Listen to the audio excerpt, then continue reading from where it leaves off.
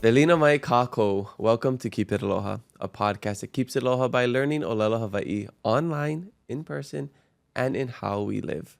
I'm your host Kamaka, and our guest today lives and breathes ʻŌlelo Hawaiʻi. But before we introduce him, I gotta tell you about this week's giveaway. Here on the Keep It Aloha podcast, we're showing aloha to our community by giving away $500 or more in prizes every single week. Congrats to last week's winner for taking home a free Shaka mobile bar experience valued at over $2,500. This week's giveaway is provided by Kat from Elysian Contours. To enter, all you have to do is head to our Instagram and find the giveaway post. The full details will be in the description. The first place winner will receive one free Balancer Pro session plus a 3D body scan.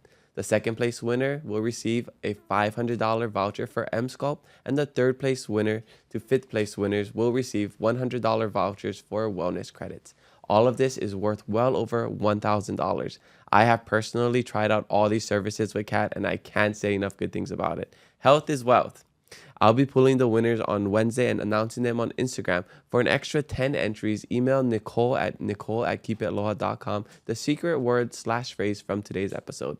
And as always, the prizes and entry instructions can change every week, so make sure you're following us and listening to the full episode so you never miss a chance to win. Good luck and enjoy this episode. All right, let's introduce our guest. It's almost one of my favorite times of the year again. Merry Monarch season is here. I'm looking forward to heading home to Hilo next month, and I hope you are too. Even if you don't have tickets to the festival, it's not too late to holo holo to Hilo for the day and support local artisans at the Merry Monarch Hawaiian Arts and Crafts Fair.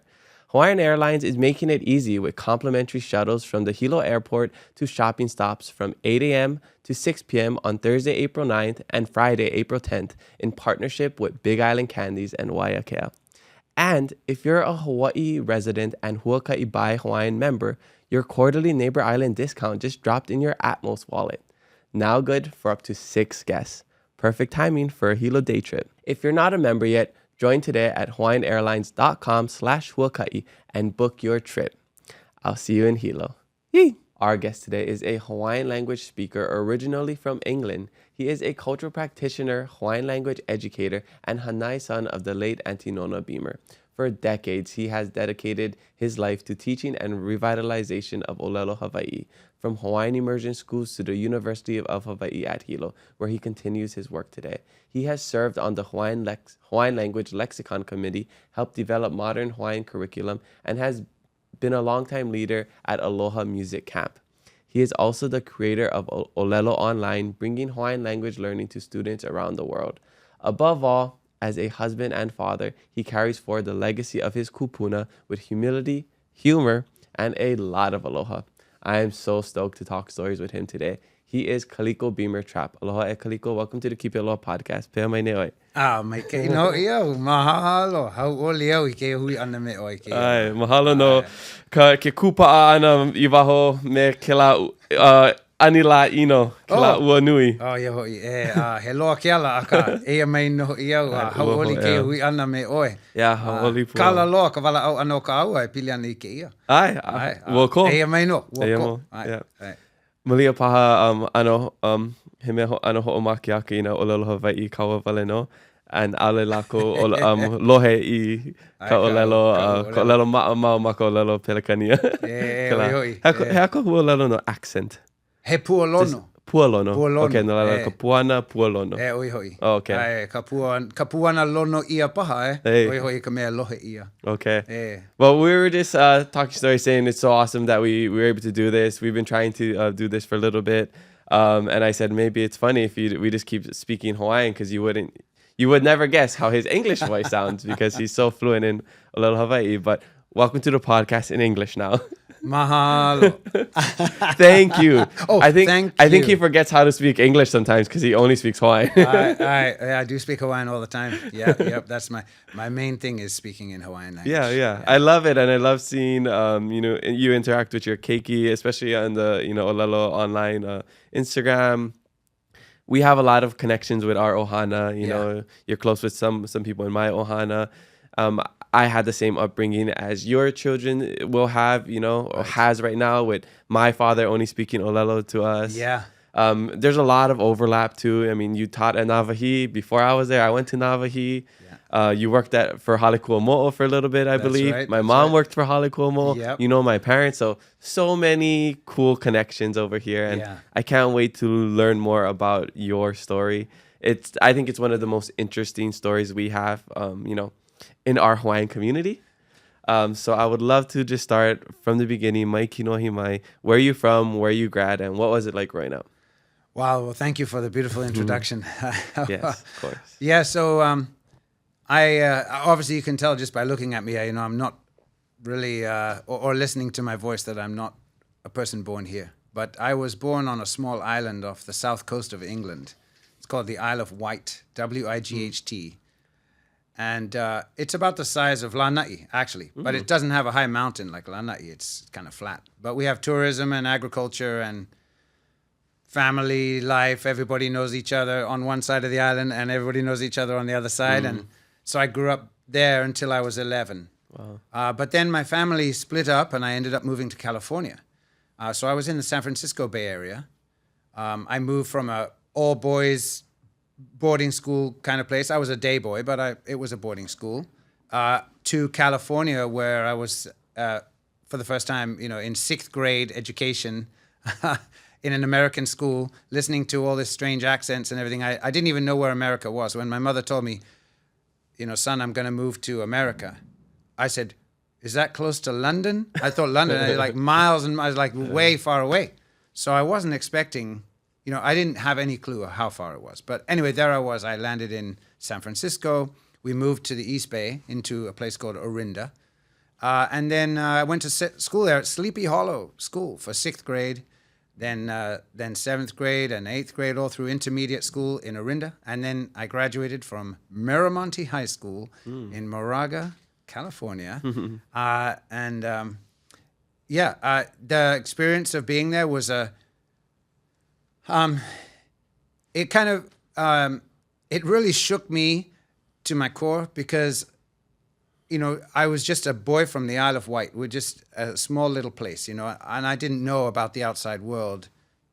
And here I was just thrown into a new culture. Really, even though they spoke English, it was American English, and I didn't understand half of what they were saying. And I wanted to retain my own self, my own ways, and so I kept speaking English the way I normally do. My sister, however, who came 2 years after me, ended up just like instantly learning the American accent. She wants to speak American, and I'm like, you sound so fake talking like that. I know you don't even sound real, but now she says, I don't think she can speak an English accent anymore. Oh, wow. Is it like when people move here and they try to speak in a pidgin accent? Is that kind of like what she was doing? I know what you mean, brah. Yeah. Okay. Maybe so. It was... It felt to me that I wanted to keep my identity as myself, being from England, being this boy. I loved my island. I still do love the island, but I'm very disconnected from it now. I haven't been back there for many years. My father has passed away. My mother has passed away. My grandparents have all passed away. There's really not much there. I have one sister there and my stepmother, and they live there. But I really have lost a lot of connection there, in my heart especially. But anyway, when I was there in school in California, I think it made me stand out in a different way than the other students, because people would say, "Oh, this guy, he speaks English," and so that always made me special. Plus, I was a very people person anyway, so I was like the 6th grade when I first moved. I was the class president. Oh, wow. I didn't even know what that meant, but I was like, "I'll run for class president," and all of a sudden I was class president.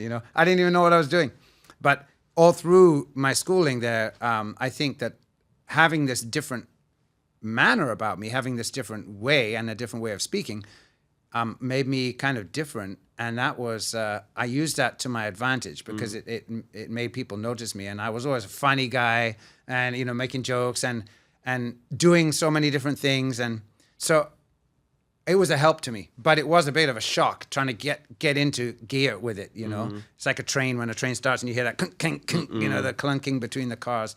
There was a lot of clunking in my heart, but in the end I found out what my motion was going to be. And so that's how I ended up surviving there. And I thrived. I did very well with that. And that's where I first started to get connection with Polynesia, but that's a different story. But as far as grad, yeah, that was that school there, Miramonte High School. Nice. Lots of stories that are good stories from that place too. For sure. So did you, were you into any extracurricular activities while you were there? Yeah, actually I was. So I graduated from Miramonte High School in 1988. But before that, let's see, that would have been 1982. I was actually in a terrible car accident. I was riding my bicycle home, and a car hit me, and I was knocked out for 4 or 5 hours. It broke my jaw in half right here. I remember when I woke up in hospital, I could move my jaw in 2 different directions. Oh. That scared the hell out of my parents. Excuse the French. So it kind of laid me low for a while. My jaw was wired shut, and then when I got better, I broke all sorts of bones in that accident. It wasn't my fault, but anyway. Then I said, I like to play some sports, So I went out to play soccer, which I think of as football. Because we play it with our foot, you know what I mean? So anyway, I went out to play soccer, and the coach was so, I don't know what it was, but he said, you're so fat, you got this fat tummy. I was like this skinny boy, and he's like, you got this fat tummy and you're no good, and you just go back and play the defender line and all that. And I was like, I'm not happy doing this. I don't like this. So I told my mom, I don't want to do that anymore. I played for literally like 2 months. That was it. So she said, what about going to judo classes? So I said, that sounds fun. I never knew anything about it. So I went down, did some judo classes, and boy, I just really got into judo. And it was actually a combination of judo and aikido called aikijutsu. And so I did that, and I really loved that. And it got me, I progressed quite quickly in that art. And by the time I was 15, I was the assistant instructor for my sensei. I had 2 sensei, and they asked me, can you help us teach the kids? So I was teaching the kids at 15. I had to get a special dispensation from the school so that I could actually earn money, and I don't know what it was, but I had to get actually to be able to work and have a W-2 or something. Like a worker's permit or something. Yeah. So anyway, I did that, and I loved doing that, and that was my first time teaching, and that really I enjoyed it. I found it was something that I could do easily, and I didn't have any trouble with. So I was teaching that, and very much involved in it. I worked my way up through the ranks and so on. And so when my 2 sensei left and went to they moved away from the dojo, they gave it to me and said, this is your place to teach. So I actually taught there until 1994, when I came here to Hawaii. I was still teaching all of that time, teaching classes at Heather Farms in Walnut Creek, in Orinda Community Center, Moraga, Los Peraltos School.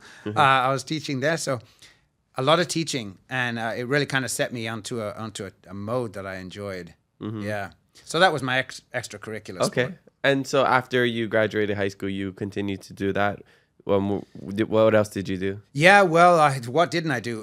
So I actually had. That's true. I read a lot in your bio. Yeah, I had a friend. Who was a bit of a naughty guy. He was a senior. I was a sophomore, and he was.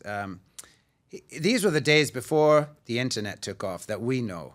It was the days of BBSs and these dial-up modems and all that. And I used to have a little computer, and so I was very much into computer programming because I was a typical teenager. I didn't want to really hang around with my parents. I'd go to to Aikijutsu, the judo classes, and I'd go back home, and then I'd go into my room, and I'd be playing on the computer, I was trying to learn programming. I was trying to figure out programming.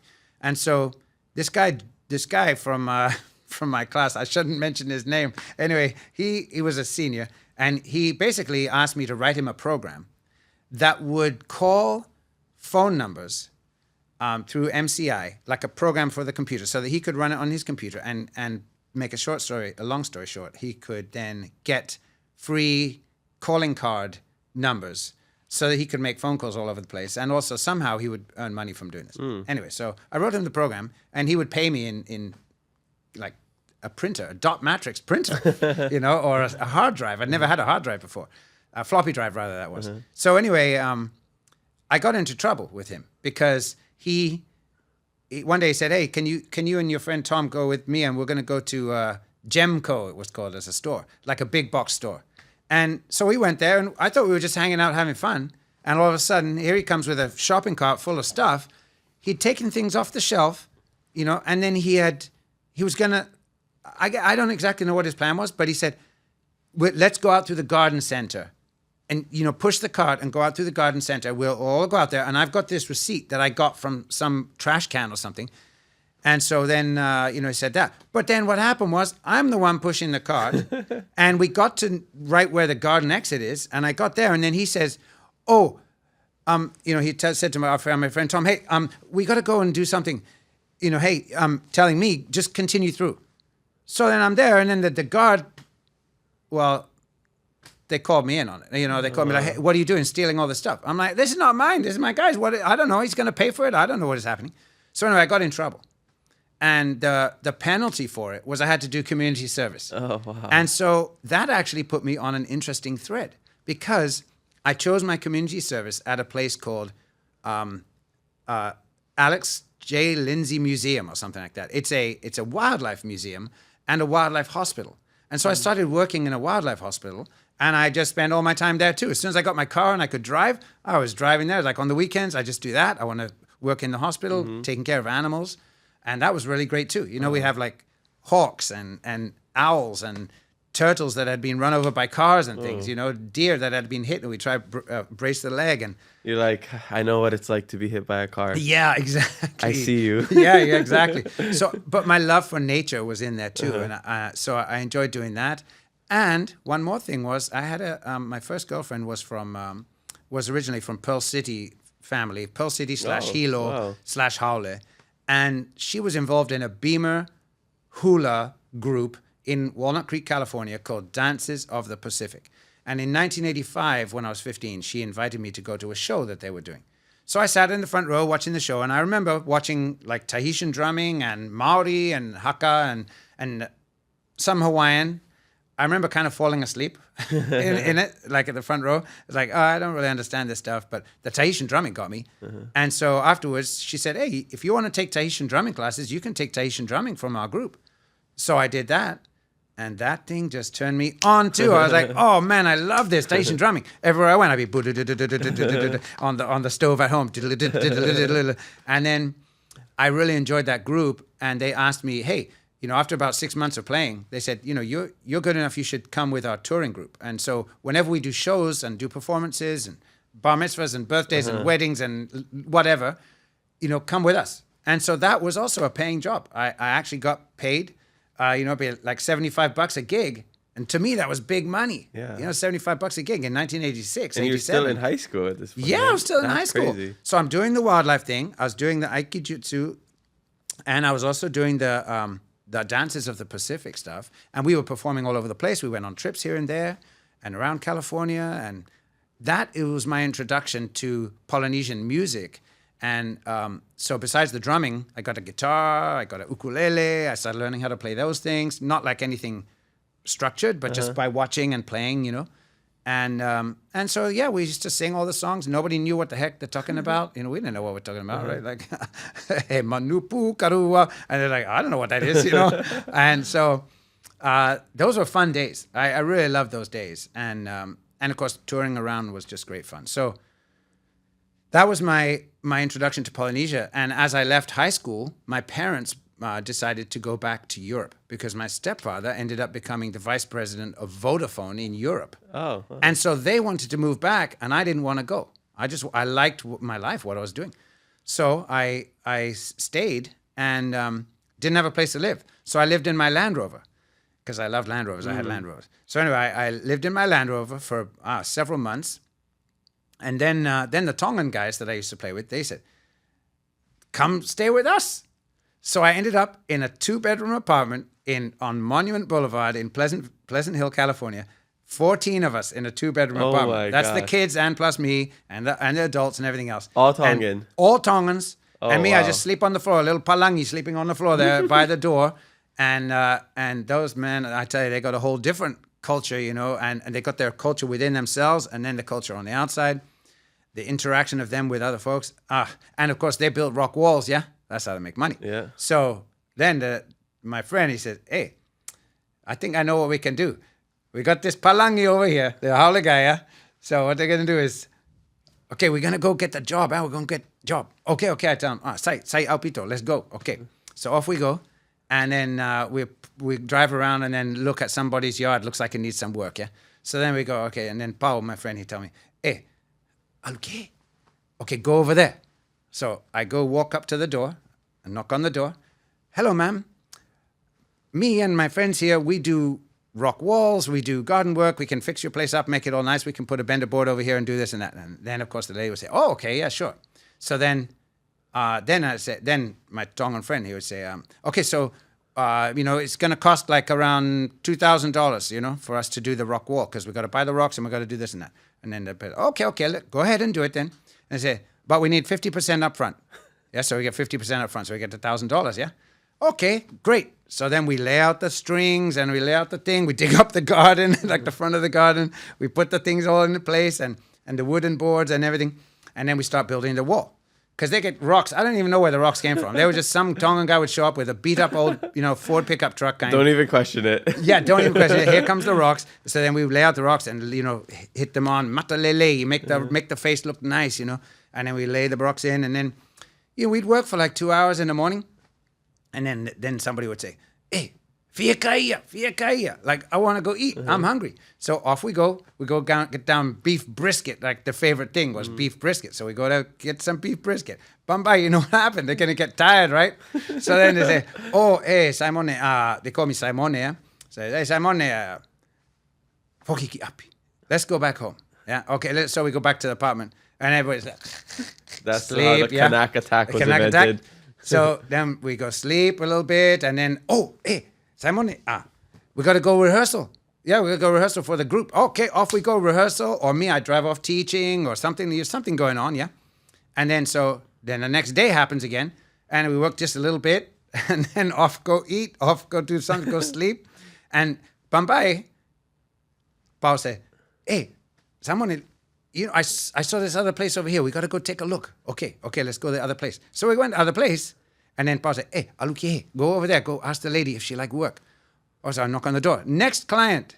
Yeah, we never finished the first client. Yeah, and then we go to the next client. Say, hey, we make rock wall and ding, ding, ding. So then they say, okay, give us $1,000. Okay. And then off we go, and we just start their wall. We never finished the first one. And they never show up again. And they're like, there's no cell phones in those days. There's no way to call us, And they would give out phone numbers like for his wife or something, and then they just change the number. I don't know how they do them, They get lost, These people would probably end up. We just left a string of half-finished rock walls here and there, and that's how we paid for our beef brisket, because they never had any money. Those guys never had any money in the end, So anyway, that was I did that for a couple of years. So till this day, there's some incomplete rock walls. Probably there's some people out there saying, "Where's that howler guy? Where's that howler guy?" They're gonna watch this, and for some reason, they're gonna be like, "Wait, I remember that." Yeah. I'm so sorry if it was if you. If you are watching this, I apologize. How do you say sorry in Tongan? I don't know. Bye. So anyway, that was the kind of that was first, and then but it got me into appreciating Tongan language. I wanted to learn Tongan, so I would ask them, well, why is it te mauo and then sometimes te mowo? Like, why that? We don't know. We just talk. Mm-hmm. We don't know we don't know how to explain it. So then we used to play music on cruise ships too. So we would go from what we call Enchilada, Mexico, which is Ensenada. Mm-hmm. We go from Ensenada to here, to Aloha Tower, and then go down to Fiji, and then come back, go around the islands, go back to Ensenada, and then come back over here. And we used to do that for 2 or 3 months. Still in high school? No, by that time I was like 18, 19. Okay. Yeah, right the summer, like I finished high school, okay. going off doing these things. And then I just footloose and fancy free, right? Yeah. So go off and do these gigs, and then playing and going up and down the Pacific. And so when we came here to Hawaii one day, I said, I got to go find a Tongan language book. So I went to Ala Moana Shopping Center, nothing, no more nothing. Mm-hmm. So then they said, maybe we can go Laie. We went Laie, no more nothing over there. So then I said, but I found a Hawaiian language book, Kalei Ha'aheo, by Pualani Hopkins.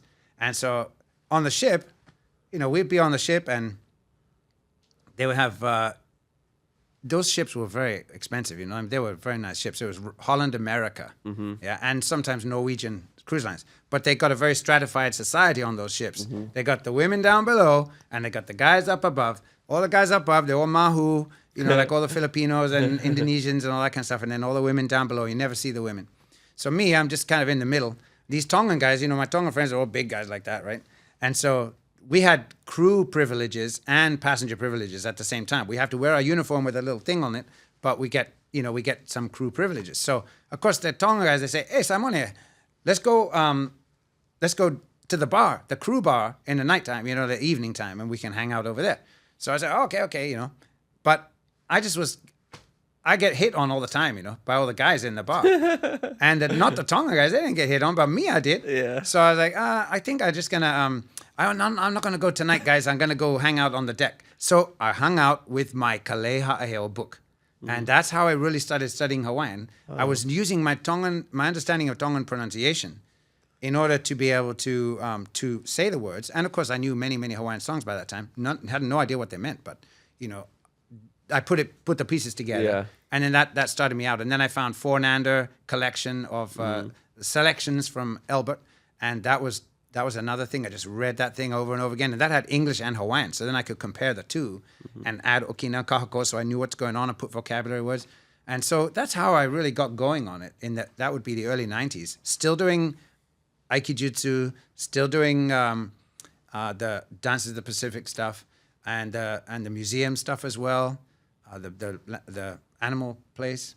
Yeah, there are probably other things in there that I did too, but I just kind of forget. But anyway, so yeah. And I did an apprenticeship actually as a Land Rover mechanic. I tried to. I was about to ask that. Yeah, I know you did. Yeah, work because on I love Land Land Rovers. I love Land Rovers. And so there was a time in my life where I used to run the AV, all the audiovisual stuff for our school, for Miramonte High School. I was the guy who ran all of the audiovisual stuff. So I did the lighting and the sound systems and all that stuff.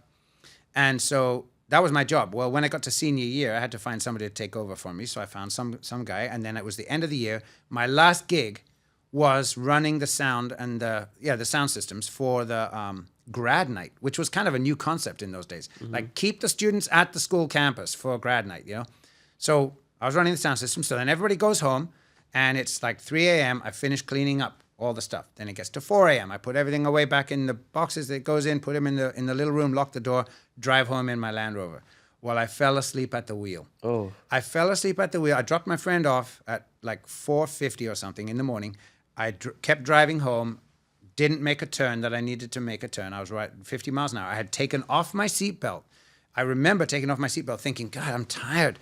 And I was like just moving around in my seat. I took the seatbelt off so I could move around a little bit like this.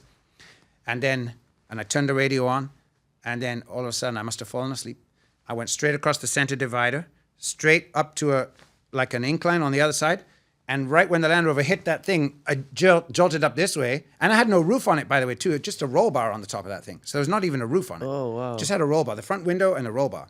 And then as I went up this way, it woke me up, of course, and then yanked the wheel down this way, straight into a giant power pole, because it was about a half mile from the power station. And so I hit that power pole. The power pole went up in the air. I remember it got sliced by the bumper. It went up in the air like this. And then as I traveled underneath, the thing was down like this, and it came down right behind me. And all the wires fell on the road. And I'm driving across these wires like at 50 miles an hour, like this kind of thing, trying to get my wits about me. Thank God there was nobody else on the road because it was in the middle of the night. And so I just remember looking back and thinking, I could see all these wires sparking, and then all the street lights went out, everything else like that. And I said, oh my God, what did I just do? And and the car was still running. So I, oh man, and I look out over the front of the vehicle, and the front was bent a little bit like this. But I was thinking, man, okay, she's still running. Okay, so I turned down my road and I kept driving, and I'm thinking, well, maybe they'll never find out. Maybe they'll never know it's me. Then I thought, well, what about paint chips? And it was all running through my mind, And then I was like, how come my radio stopped?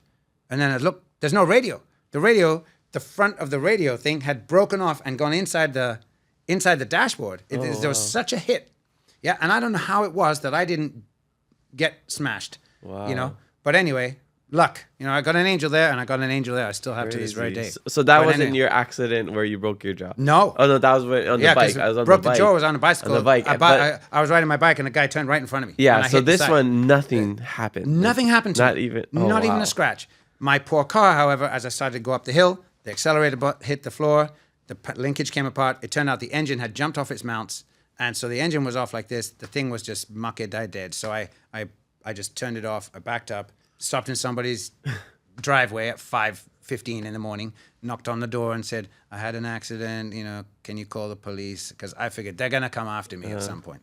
So anyway, where the heck was I going with that story? But anyway, that was... that was just your love for Land Rovers. Yeah, because it saved my life.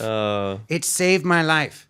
And I cried, boy, I cried some major tears when I had to say goodbye to that Land Rover because it was total. They said it was total because the frame was bent.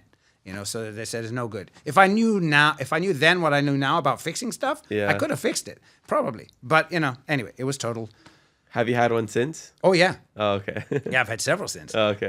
But that thing saved my life. So I was very grateful for that. And I had always had a love for photography and videography and stuff. And I thought, actually, when I graduated from high school, that I was going to be a filmmaker in the mode of David Attenborough from England, who I don't know if you know, but he did like a nature guy. So I always had a love for that. And that's why working with the natural world things in the museum and so on, I really love that. I thought, okay, I'm going to be a filmmaker. So in order to be a filmmaker, like in Africa, I wanted to be a documentary filmmaker in Africa. So I thought, okay, first thing I got to do is go to school for film. So I applied to San Francisco Film School, which I got in, but then I was too scared to go. I never actually went. I never showed up. Anyway, that was that. I then decided, I need to learn how to repair Land Rovers because if I'm going to be out in Africa, I'm going to have a Land Rover. So I got to do that. I've been in many of those in the Peace Corps. Yeah. So then I learned how to fix Land Rovers with a guy who named Scotty, who was a Land Rover guy. And then also the third thing was learning how to fly. Because I figured maybe I should learn how to fly because I see those guys in Africa, they fly airplanes over the Serengeti and then they got their Land Rovers. And so I went and got my flight training too in Concord, California. I flew a little Cessna. It's a journeyman. Yeah, 8304 uniform was my favorite Cessna 152. Anyway, so flying that, doing Land Rover maintenance, doing rock wall, 50% rock walls, and all the other things. That's what I used to do. And that was my experience. And with all of those things happening all at the same time, I think it was kind of gelling what the main thrust of my life would be. And it was more around these, the dances of the Pacific and Polynesian, and especially going towards Hawaiian things. And I had met Aunty Nona Beamer in 1987. She had flown over to Walnut Creek because it turned out that she was the kumu of the lady who had founded the group back in the 50s or something. And so when the founder passed away, we had invited Aunty Nona, not me, but the group invited Aunty Nona to come over, and we gave a show in honor of Aunty Nona. And so I made a crummy little lei for her out of plumeria. It was the first lei I ever made. I gave it to her, and then she was on the side looking at me on the stage, and she said, "Who's that Haole guy dancing with the playing Tahitian, dancing with the Samoans? Yeah, you're like doing all this kind of stuff and dancing with the Tongans because I used to do the kailao and all those other crazy things." And so she kind of got curious about that, and so then she met with me afterwards, and basically that's how we started a relationship that way, by writing letters and so on. And I used to try to write Hawaiian songs, and they would be inspired by various things in my life. I'd write these Hawaiian songs, mail them off to her, and then she'd write back, "Now, darling, maybe you need to change this, maybe you need to change that." But that was the kind of back and forth. I was trying hard. So anyway, in the end, the filmmaker thing didn't pan out because of the Iraq War, the first Iraq War in 92 or whatever it was. Because I thought I was going to drive my Land Rover from California across Canada to New Brunswick, get a boat to Liverpool, then down to the south of England, then across to France, then to Italy, Sicily, to Morocco, and then down through to Kenya. I had it all planned out. I had the Land Rover all ready to go. I was going to do that and then go move basically to Kenya. That's what I thought my life was going to be. And I had all my ducks in a row, I thought. But then the war broke out. And that stopped me. Thank God. because of that, my direction turned. And the things were lining up for me to come here. Yeah. And it was thanks to Aunty Nona, who said, boy, why don't you come to Hawaii? You come to Hawaii and come, learn over here. You really impressed me, and I think you should come over here to Hawaii, which is what I did. And that was in 94, May the 11th, 1994. It's amazing how your life just pans out the way it's supposed to, right? Yeah. Like there's so many twists and turns and things that I could have done, and didn't do, and did that just led me to being here. The good, the bad, right, ugly, everything. And I'm so happy, like where I'm at today. Like, oh man, I wish I didn't sprain my ankle or would have been in the NFL, and which is probably the most true thing that would have happened in my life. But anyways, we don't talk about that. But like even like how like I was supposed to go to Washington or Oregon for college. I ended up staying here. Went to Spain. In Spain, I learned about the Peace Corps. When I was in the Peace Corps, I thought about my race to 50K, where I paid off my student loans. From the student loans, I created Hawaiiverse. From Hawaiiverse, we created the podcast. And like everything's a chain reaction. Yes. It's so amazing. And every decision you make, every path that you take, takes you to a new place that you really cannot foresee. But there are these branching paths all the time. Everything we do, even down to just small things that you don't think about, but then that leads you to a path. And to me, I enjoy that discovery of where that path is going to go. So for me, coming here, I was so lucky to have this be the pathway for my life. And blessed. Yeah, well, let's get into that. So you ended up coming to Hawaii, and who did you live with? So when I first came here, I stayed with Kumu Kalena Silva for a few months up at Ka'umana while just trying to get my feet here. He was so kind that he let me stay there. And actually, that was a really great introduction to ʻŌlelo 100% of the time, because he would not speak one word of English to me. No way. And I was able to speak Hawaiian well enough to get along in, basically. And he put me in school too. He said, you got to go to Hawaiian 107, take accelerated elementary Hawaiian through the summer, 5 weeks, and get your feet, which I did. So I took 107. And then at the end of the summer, I moved in with Aunty Nona.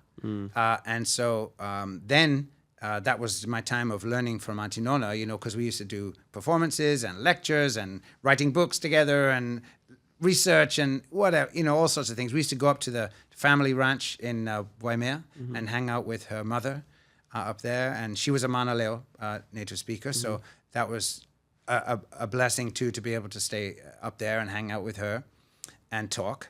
And then, so basically I spent time learning from Aunty Nona at that point. But in school at the same time, I'd finished 107, so then I took second year, the first semester, and I took third year at the same time. So I took second and third year so I could get all the credits. You can do that at the same time? Well, I don't know if you can do it now. Yeah. But you can do it then. So like because I took French, so if I was taking Spanish like 101 and 201 at the same time? Oh, I don't know if they let you do it now, but I sure could or do it then. you get the credits. But I think when I was in Argentina or Spain studying abroad, you get the more credits than just one class for that semester. So like you'd get credits for like 103, 201, 202 just from that semester. Was it similar to that? Yeah, probably. Oh, yeah. okay, I mean, I was just trying to get I just wanted to get up to fourth year so I could get to the top. I wanted to speak ʻŌlelo as fast as I could, and I just studied as hard as I could. That was my main thing. That and being with Aunty Nona, that was my thing. And with Kealoha, of course, and we used to do performances and all those kind of things. So I went second year, third year, and then I went into fourth year and with Kumu Kalena. And so that was a great time. I really enjoyed that. And I got some great classmates that I love from my college days there. And during that time, I got a job at the Hale Kuamo'o, first as a curriculum development, and then I took a test and a test to see who could be the next curriculum, the head editor of curriculum.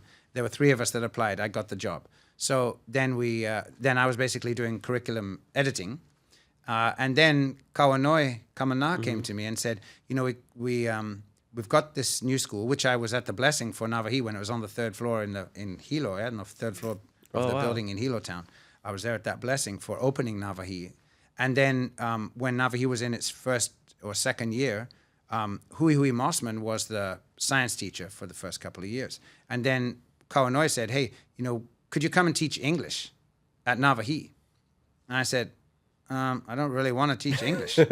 I just want to speak in Hawaiian. I don't want to speak in English. I don't want people to hear my English voice. I really don't. I want to speak ʻŌlelo. Yeah, oia koʻu makemake. And so then she said, well, maybe, how about science? You know anything about science? I said, yeah, I love science. So I ended up going there and becoming the science teacher at Navahi from I think it was 96, January 96. And I started with Hui Hui for one semester, and then she took off and did Ke Ana La'ahana, if I'm remembering correctly. And then I continued on as the science teacher for Navahi from 6th to 12th grades. Wow. So you taught Kalani Pe'a? Yeah, I had Kalani Pe'a, yeah. Oh, wow. Kaniela Masoi them and all those folks, yeah. So many wonderful students, so many. I just love all of those students. I have so many good memories from those days. Yeah. So anyway, that was my thing at Navahi. I was teaching computers. I was teaching science. I even taught French for one semester over there because they wanted a foreign language for a semester. So I taught French. That's why Kalani Pe'a, he always talks about, like I can say, I forget what he learned to say, but I did something like, bonjour, je vais bien, comment allez-vous? Like all that kind of stuff. And I also taught Marquesan over there, Marquesan language, because there's another thread about my life about Marquesas, which is a whole another thread of my existence. Maybe part 2. Yeah, sure should be. Because actually it plays a major role in my understanding of ʻŌlelo Hawaii is the Marquesan aspect. But anyway, so yeah, I was teaching there and I loved it up until 2002. And then I decided to go back to UH Hilo and I went back to the Halekua Mo'o and did the Namaka Okana newspaper and all those kind of things and went back to creating materials over there. And then basically back to the classroom over there, teaching, like 101, 103, 104, 20, whatever, 304, whatever. Those kind of Papa ʻŌlelo. And then worked my way into 490 and 453, which is a linguistics class, and 455, which is comparative Polynesian linguistics. Thanks to Pila, who gave me those classes and said, here's how to do them. And I still teach them to this day. I still teach I'm teaching a 453 this very semester for UH Hilo. So yeah, I did those classes and I love doing that. I love teaching. It's just the same thing all the way from in the 80s. I just really enjoy teaching. I like breaking things down, taking difficult concepts and being able to explain them, using today with our internet, we can pull up a picture of whatever. And I teach on Zoom. So I can just pull up a picture of this and say, here's a picture. Now I'm likening this thing. I'm connecting it with this, something that you already know, and here's the difficult concept. I can make those things happen. I love that. It turns me on. It makes me excited in my mind, that I can help these students to learn something. And especially because it's ʻŌlelo. And I really want my students to speak well. Make au ka ʻŌlelo Hawaii mai ka iloa. Ale ma make ka mea pā hema hema. I don't want English language into the Hawaiian. That's the thing. I get way off the track with that. But, like English thinking getting into Hawaiian, I'm so sensitive to it. I'm so sensitive. In a lot of languages, it's like that. Oh, yeah. There's I think there's some things that are like false cognitives. Yeah. Something where you think it's going to sound like it, but it's not. Right. Yeah. And just even the ideas, the way of saying some things, Like I remember a student at Navahi one time who said to me something like, "Make make mako e lave I ka haki kumu. Make make mako e lave I ka haki."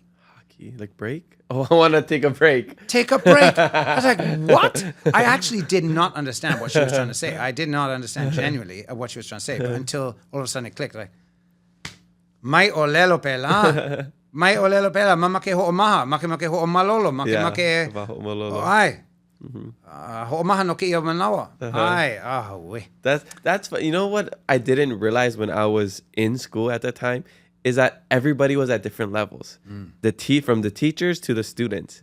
Because I grew up we only speak Hawaiian with my dad, so I'm thinking everybody in this school speaks Hawaiian like us. Right? And not saying we were better than other people, because there's better people who are better at ʻŌlelo, better at whatever it is, Oli.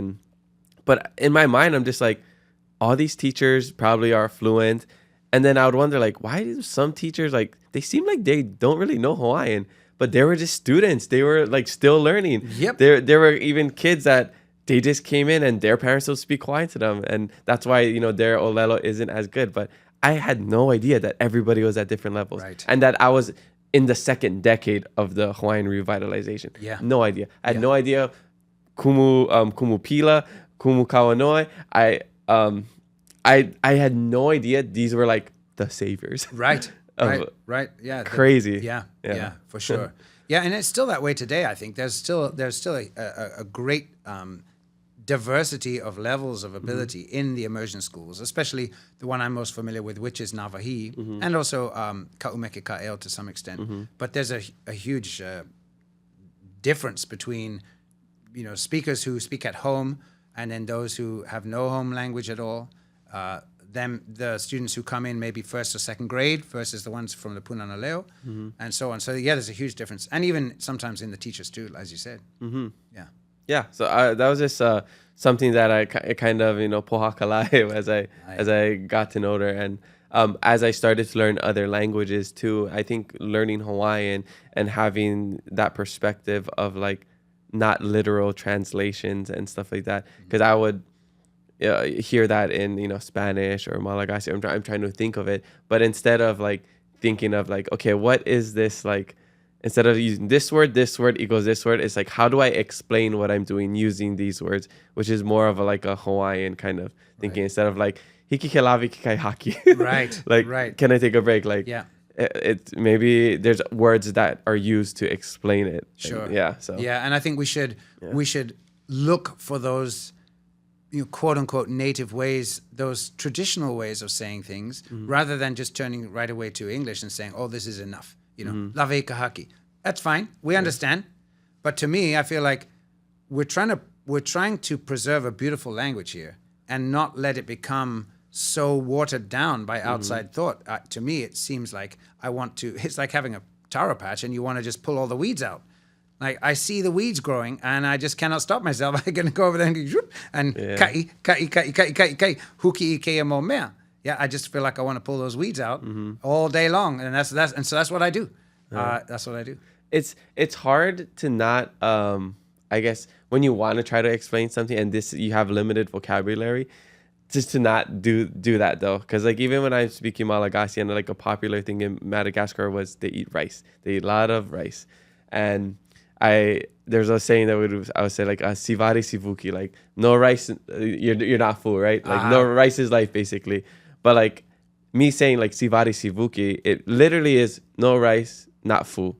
Right. But when they kind of understand it, it's kind of like a hockey moment, and be like, si mi sivari, si ma avuki. So there is no rice, there you won't become full. Right. But so I was just saying it in a way that it's like lave ikahaki. Right. But they understood it as like, si mi sivari, si ma avuki. Right. And then so that's what makes me think of it, and I'm guilty of doing that in other languages too. Well, but the next level is not doing that. Right. Yeah. And I think I don't know how many speakers there are of Malagasy.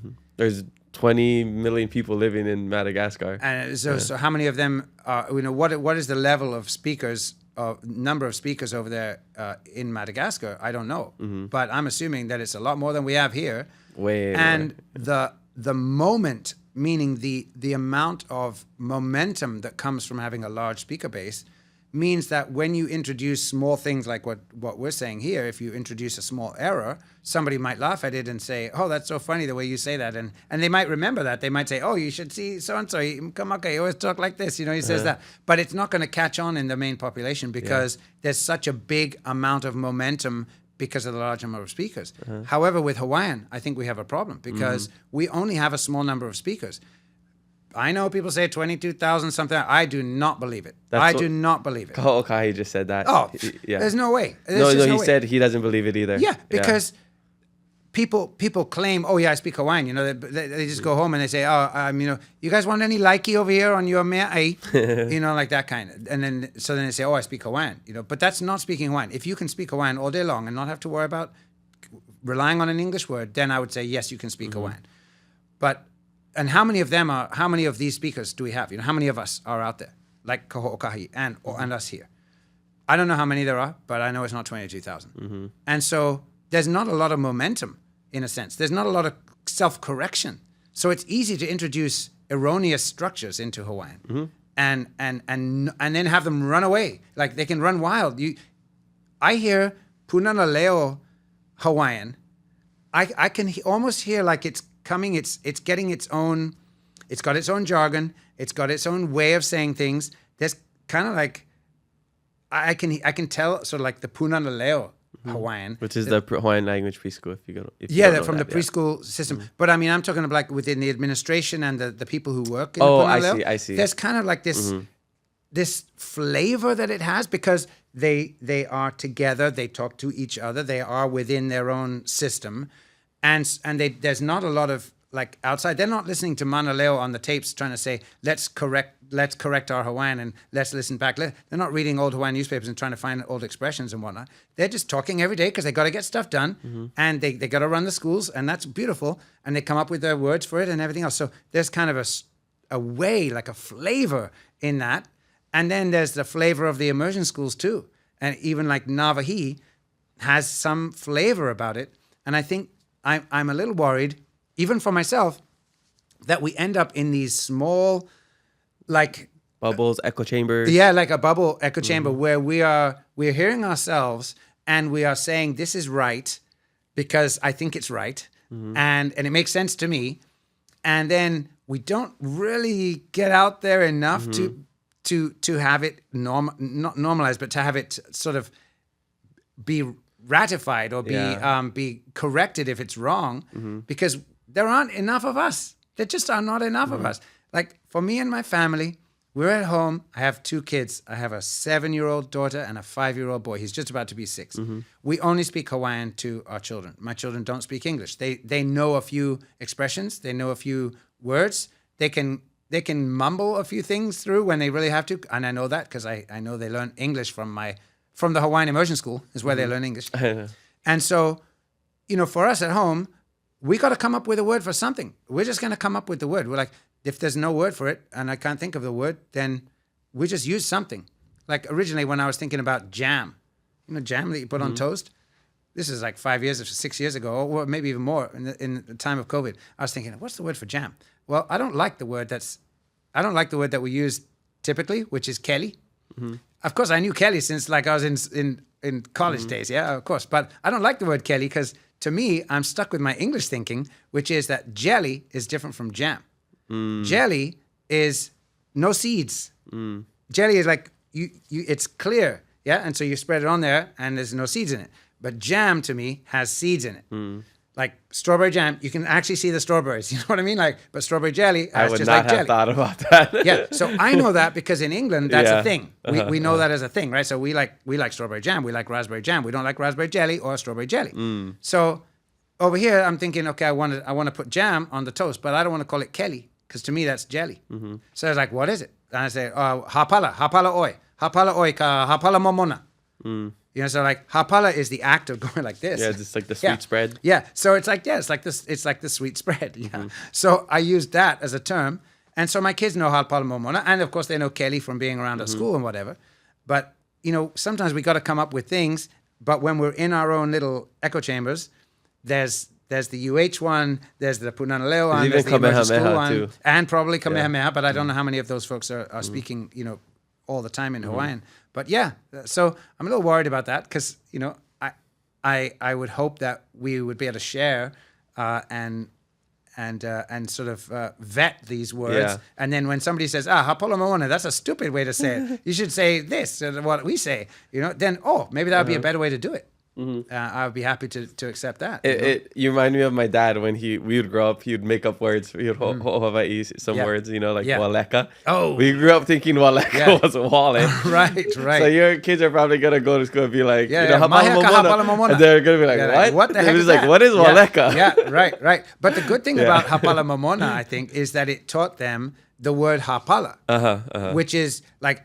What do you use for spreading stuff on? Yeah. So that's kind of a good thing because now they know the word hapala. Yeah. But anyway, yeah, it's so true. I'm kind of the negative feeling towards waleka because I don't like taking English words and making them Hawaiian. Yeah. And I know there are people out there who's gonna say, hey, what about penny? What about penikala and puke? That was done by the kūpuna. My response to that is, yeah, it was done by the kūpuna at the time when everybody was speaking Hawaiian. There's no fear when everybody's speaking in Hawaiian. it's not like you're going to lose your language, right? They're not thinking, oh, this is watering down our language. This is a foreign thing. It's come from outside. It's a pen. It's a penny. Okay, he penny, he puke, he pepper. That's not a problem. But, like waleta or some other thing like that, maybe we should work to protect Hawaiian from bringing in too much like nonsensical words. Yeah. And that's a whole discussion about komikehu ʻŌlelo, which is another thing. Well, I think it just goes to your like level of or knowledge of the language, right? It's like, how do I say it? Paiki kala or paiki, whatever. Right. So you could use that, but if you don't know that, I guess you're just going to make it up because my dad, just like how Ko'okahi makes up the Pokemon names for his kids. Right, I think that's what my dad was doing. But I'm a fan of using the original language words. I mean, same with Malagasy. Like in Madagascar, people, the second language is French. Yeah. Some people, they choose to speak French. Oh, they count in French instead of Isarua. It's instead of... Irairua telu, sometimes they'll just say it in French, Right. They'll be like, oh, how much is this? Oh, 29, whatever it is. Right. Sometimes I would always try to use the Malagasy numbers, and even for words like refrigerator, I think it's like frigo or frigo. And then I'll be like, oh, vata pafangasiana, which is like the body where you put of code or something. Right. And I love how that breaks down, right? Yes, it's right. So even like masuanju, I of the day, sun. Masuanju. I just love how it breaks the etymology of it. Right. So I prefer to do that in all languages. Right. And even Hawaiian shouldn't be an exception. Yeah, I think so too. Yeah. And thinking about those numbers, in the Marquesas, for example, or even in Tahiti, they'll be speaking Marquesan or Tahitian, and then you'll hear numbers pop out in French. So like when I'd be over there playing bingo, I'd be yelling out the numbers in Marquesan, and then here's the women that are like, Hatena? What is that? What is that number? And then I would refuse because I pretended over there that I didn't speak French, so that they wouldn't make. Otherwise, they're gonna speak French to me, right? I don't. Especially they see me, holla guy. Yeah. But anyway, so I feel like for Hawaiian that I have so much love for it, and I'm so scared for Hawaiian. Really, I'm so scared. I'm so worried that it could disappear at any moment. It wouldn't take much, because could these speakers from immersion schools, these kids that graduate at 12th grade, could they really, if all of us disappeared, all of the people from the sort of the generation before, the basically all our kumu. Right. If all the kumu disappeared and all the fluent family speakers disappeared, just as a thought experiment, and we had just the kids from immersion school, would that allow Hawaiian language to continue on in a fluidly spoken manner every day? I do not think so. I don't think so. I don't think so. Well, because the domain of their understanding is limited to school language as well, and they're not speaking it at home, and so therefore there's not all of that other stuff to talk about, emotional issues and whatnot. They're talking English to their siblings as soon as the teacher turns away, or and so it's difficult for me to imagine how we could rely on these, on the education system in the Kulakaiapuni to be a way to have Hawaiian language continue into the future. I'm very worried about that. That's why I've kind of turned my attention to thinking, how can I better teach adults Hawaiian? And so for right now, I'm trying to teach myself how to teach adults by my ʻŌlelo online thing. And I really feel strongly that we should be focusing a lot on the university level of Hawaiian. That's where we should focus more effort on getting greater numbers of speakers. I mean, really greater numbers of speakers. And then, they're all hormones raging, 21, 22, 23. I want to see those people get together and be the families of the future, rather than, one or two students and then they find somebody from wherever outside, and all of a sudden they're at home, they're going to have a family, they're deciding what to talk, and they're going to speak in English, because for some reason, Hawaiian doesn't seem to be able to vanquish English. It's like English just always wants to stand on top of Hawaiian. And I don't know why. It seems to be the stronger language, but it has me worried. I'm very fortunate because my wife, who is from Pangasinan, Philippines, who came here in 2004 speaking a little English and Tagalog and also Pangasinan, she didn't know anything about Hawaiian, of course. But when we met in 2006, 2007, 2008, we kind of hooked up. 2010, we got married. And she was exposed to a lot of Hawaiian because of my thing. But then when she got pregnant in 2018, I would talk to my keiki inside her in Hawaiian. Yeah, and I talked like that. And then it kind of got to the idea that, maybe we should speak to our children in Hawaiian. Could we do it? Could we actually do this? And then for my wahine, she was worried at first. She's scared, like, how could I even learn? But I was getting ʻŌlelo online running as Zoom classes, and I said, why don't you edit all my videos? So I taught her how to edit videos. Then she watched every single class. Every single class that I was teaching, from beginner level to the advanced levels, she would watch them all because she had to edit them. And I told her, I want you to listen to the entire thing so you can take out anything that's, And so she learned a lot from those. And also, she just has a beautiful brain that would accept this stuff. And I'm so blessed that that's the case, because she learned Hawaiian so that when our daughter was born, 2018, we were talking from the very first day to our keiki in Hawaiian. We do not speak not even one word. Not even one word. And I'm militant about it, I guess. And my wahine is too, because she really believes that, we should try and help Hawaiian to survive in the world. And we want to give this gift to our keiki. We want to give them the gift that Hawaiian is the true kuamua, the true low-level language that's their operating system language, that is driving them, that is the way they process the world, the way they think about everything is through the Hawaiian language lens, and we want to give that to them as a gift. And I know they're going to learn English. Sure, go learn French, go learn Chinese, go learn Japanese. My kids know more Spanish than they do English because we will not let them watch any English YouTube, programming, Netflix for kids, nothing. It's all in Spanish. If it's not in Hawaiian, it's in Spanish or Japanese. Wow. So we don't let them watch any English. And it's been surprising to me, because then when we run into people who speak Spanish, like yesterday we went to CC Tacos off of near Pahoa, and my kids are like talking little things to the lady at the desk, I was very pleased at that. But they'll learn English later on. I'm not worried about that. Yeah. But I want them to have ʻŌlelo Hawaiʻi, oia ke kahua o ko lāua ike a me ko lāua mau manao. Ai, oia ko Wow, makemake. that's nani kalaha. That's so beautiful. I think my family was a little less militant than that. We watch English Saturday morning cartoons, maybe a little WWE and that. But my dad, he I don't think he's ever texted a word in English to me. Said if we were just talking like this, never said an English word to me unless it was just talking to people around. Right. So, they hear us speak English to other folks because if there's somebody there, some auntie or whatever. But we also don't have any ʻohana of our own, like birth ʻohana here. So therefore, my ʻohana is the community. It's the community, and we have a tutu that they love, a couple of tutus that they love, and my brother, of course, Kealoha, who they love very much, and his wife Moana. But it's not like we hang out with them a lot. We don't have them babysit our kids ever, so they're never around like an English-speaking environment like that. And so I just want to give them that gift first, and then sure they can go learn as many languages as they like.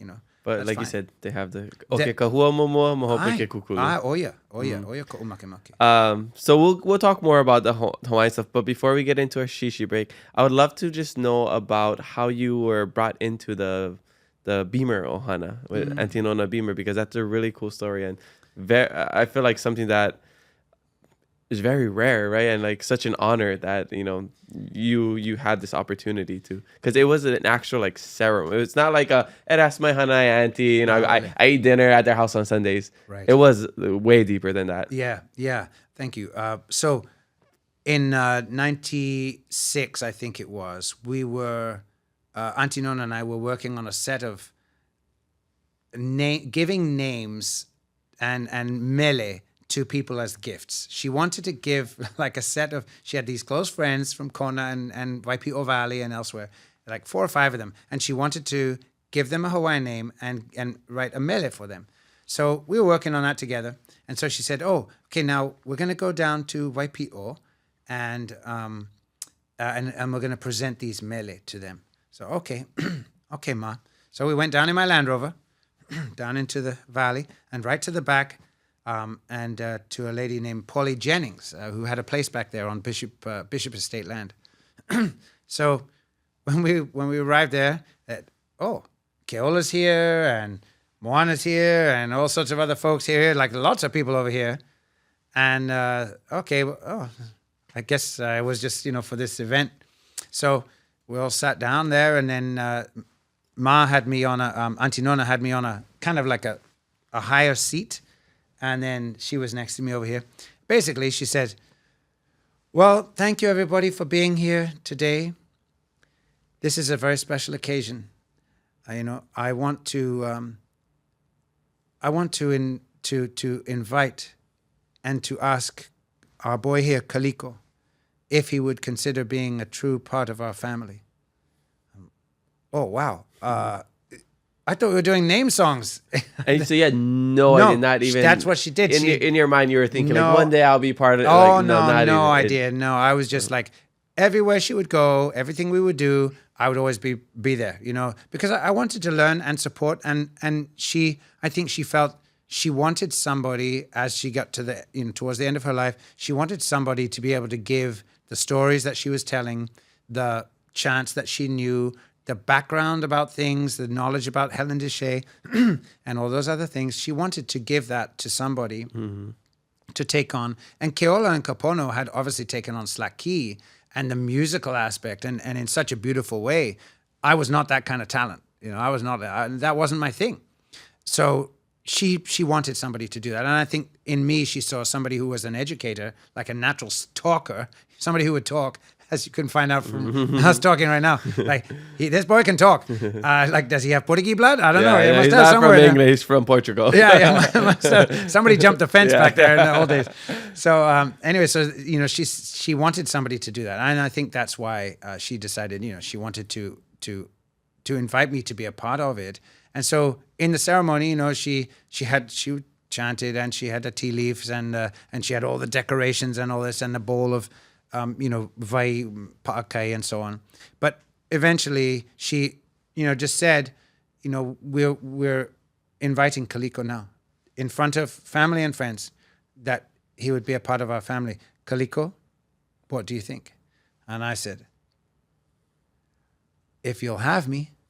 That's exactly my words. I said, if you'll have me, because I didn't know what to say. And so they said, well, of course, we want you to be part of the family. And Aunty Nona, of course, was the one.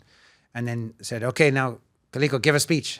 And I said, well, to make a long story short in there, I basically said, I will do my best from this day forward to uphold the Beamer family name. Because if I'm part of this, I want to support this, and I want to perpetuate what Ma is teaching me. I will also uphold my Trapp name, the Trapp family from which I come, going back to Austrian roots, to England, and now here in Hawaii.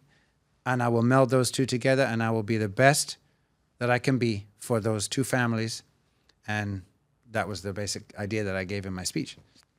So that's how it happened. And then we had a grand old party for a couple of days. Couple of days? Oh, yeah. Yeah, we used to have what we call Beamer raves. Oh, wow. We would just have, you should have called it Beamer Benders. Yeah, maybe. Well, it was all the rave at that time. Yeah, people used to have raves. So we called them the Beamer raves. We used to have these events and go to various places and hang out for 2 or 3 days together. That actually was something that the Beamer family did from way back, even from Helen Deshay Beamer days. That's how they ended up, they would go to, it would take a long way to get to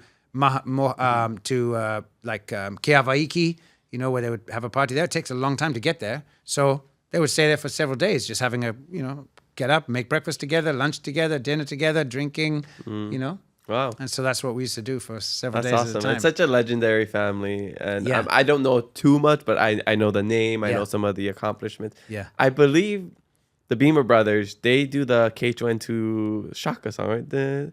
I can't even. Well, there's Kaliponi Slaki that is played on the news.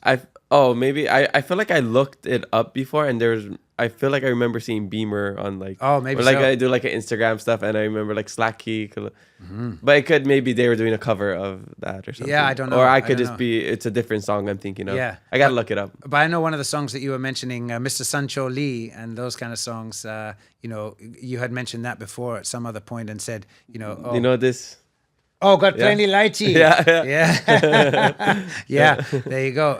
And you were saying, you know, I wonder if we can even sing that song anymore. You know, we did. I think the last time that Kealoha and I sang it together was probably maybe 8 or 9 years ago in a concert. So it's been a while. Continue to do it. Continue to do it. Yeah, mahalo. Yeah. All right. We'll be right back from a Shishi break and get into social media questions. After 175 years, some people still think we're just a ranch. And we just farm all day. What they don't realize is we wear many hats. And that's just how we roll. You just might see some old friends. Or make some new ones. So come hang with us Drive on out to the country. and get that epic snap. No matter what you're looking for, come discover where legends are made. All right, we're back from a quick Shishi break. Mahalo to our drink sponsors, Harder's Hawaii. Brand new drink sponsors. This is the first episode we're trying it. And this is my first time trying the Lili Koi. And it is so good. This is the most popular flavor. Kaliko just tried it. Yeah. It's good. Yeah, Ono yeah. loki. Aye, ono. Yeah, I wasn't expecting the flavors. It's all tropical flavors. They're made right here in Waipahu. Family owned business, locally owned, locally made. 0 calories, 0 sugars, 0 Makama'amau. sweeteners. Ai, makama'amau alewo hoi hoi kia. Ano. Aka kia hoi hoi. Yeah, likipu me a'u. Aye. Ka ma'amau au inu ka vai ma'amau. Aye. Ka vai... No ka mea aole lava kai kaika o ke ala, o ka ono. Makama'amau. Aka no ke ia, he ono ko Yeah, loko. ka ma'amau he vai me ka hu'awale no. Ai, pololei. Ke lake ku ale make. Ai, Aka pololei. kia nui i kaika Hoi, ka hoi. momona o kia... Hoi hoi. Ai, the Lili Koi. flavor Yeah. is good. That's one thing I like because normally I don't like sparkling water. I find this just has no flavor. It's just Yeah. water with bubbles. Exactly, that's it. But that's then what this is, I like this very much. Actually, it's surprising because Yeah, no, the flavor is really... And it tastes just like fruit, like the actual... No artificial flavors, I believe. Yeah. No calories, no sweeteners. Oh, Yeah. no. Yeah, well, mahalo harders. Yeah, Go check them out. All right, let's get into the social media questions. Uh-oh. Oh, boy. We got a few. I hope they're not too hard. No, it's mea ma'alahi. All right. And yeah, and before I get into this, because, you know, we take a Shishi break, we talk stories a little bit. And it always, and this is just something to share with people learning Hawaiian. I've been speaking Hawaiian my whole life, and I still make mistakes. You know, like a lot of times I catch myself talking, like I use like, because Hawaiian is such a contextual language, and like, Absolutely. you know, there's multiple words for example, cold. Right. I'm like, oh yeah, you're saying, oh, do you have a warm one? Because I don't like to drink the cold one, and I prefer the warm sparkling water as well. And I would say, oh yeah, okay, anu anu. Cold is like anu is like, it's anu, let me put on a sweater. And for like when we're talking about drinks, we say hui hui, right? And so it's like small stuff like that where like as soon as I say, I'm like, oh, I mean hui hui, or like I forget what else. That's one of the big ones. And I was joking like, oh yeah, kawai a sparkly hulali or something. Right. Yeah. Aye. And so it's a joke, but like the actual Hawaiian you would use is hua, like bubbles. Hoi, hoi. You know, water with bubbles. So stuff like that, you know. And so if you're learning, don't worry, it'll all come to you. You know, there's words that I know of that I can't think of at times because I haven't heard it in a long time. Yeah. Then I hear it, and then or phrases that I hear and I understand it, but I'm like, wow, I haven't used that in a while, and it comes back to me. So language, that's just how all languages are. So don't worry if you're struggling or you think you should be more ahead than you are. It's all just part of the process. So anyways, just wanted to share that. True. All right, let's get into the social media questions. First one comes from somebody we know very well. The Miss Aloha Hula in our mind, in our eyes. Oh. The only one that matters. Oh, yeah. Ka'ula. Ula Bird says, Ovai kau haumana punahele. Who is your favorite student? Oh, my. Well, you know, it's actually very hard to answer the question because I have had so many students over the years, and some of those students from back in the early days at the Navahi school have gone on to do some beautifully amazing things. And I remember them as 7th graders, 8th graders, 9th graders, and now to see how they've blossomed, that makes me so proud as a teacher. Also that I could be there for them when they were younger. And when they see me, they say, kumu aloha mai, that makes me feel so happy that they are then my favorites, just in the sense that way. Then there's also like the ones who are just so smart in class. I remember some students back in UH days. I was teaching a class, and these students were so good at explaining things in Hawaiian. Like I would test them and say, what is this? I give them a word in Hawaiian and then ask them to explain it in Hawaiian. Like, what is that? Like as if they were a dictionary, monolingual dictionary, explaining the word. And they were so talented, these two sisters. They were just so good at that. I was like, oh man, I got to make a dictionary in Hawaiian language, straight Hawaiian language dictionary. And I got to hire these two girls to help me out because they're so good at doing this. And so then they're favorites in that sense. There are so many favorites. I love Ka'ula, especially. Everybody brings something different as a student. And so I'm just so pleased with everybody that makes progress. And they're all my favorites. It's like asking, like, who's your favorite child, right? Yeah, right. Yeah, because each one has a different attribute. And that can be celebrated, that's celebrated. I find them all punahele in different ways. Well, Aunty Ka'ula, you're my favorite Aunty Ka'ula. I'll say that. I tell my youngest sibling, you're my favorite youngest sibling. There you go. I'll tell Micah, you're my favorite oldest brother. There you go. Yeah. It ain't wrong.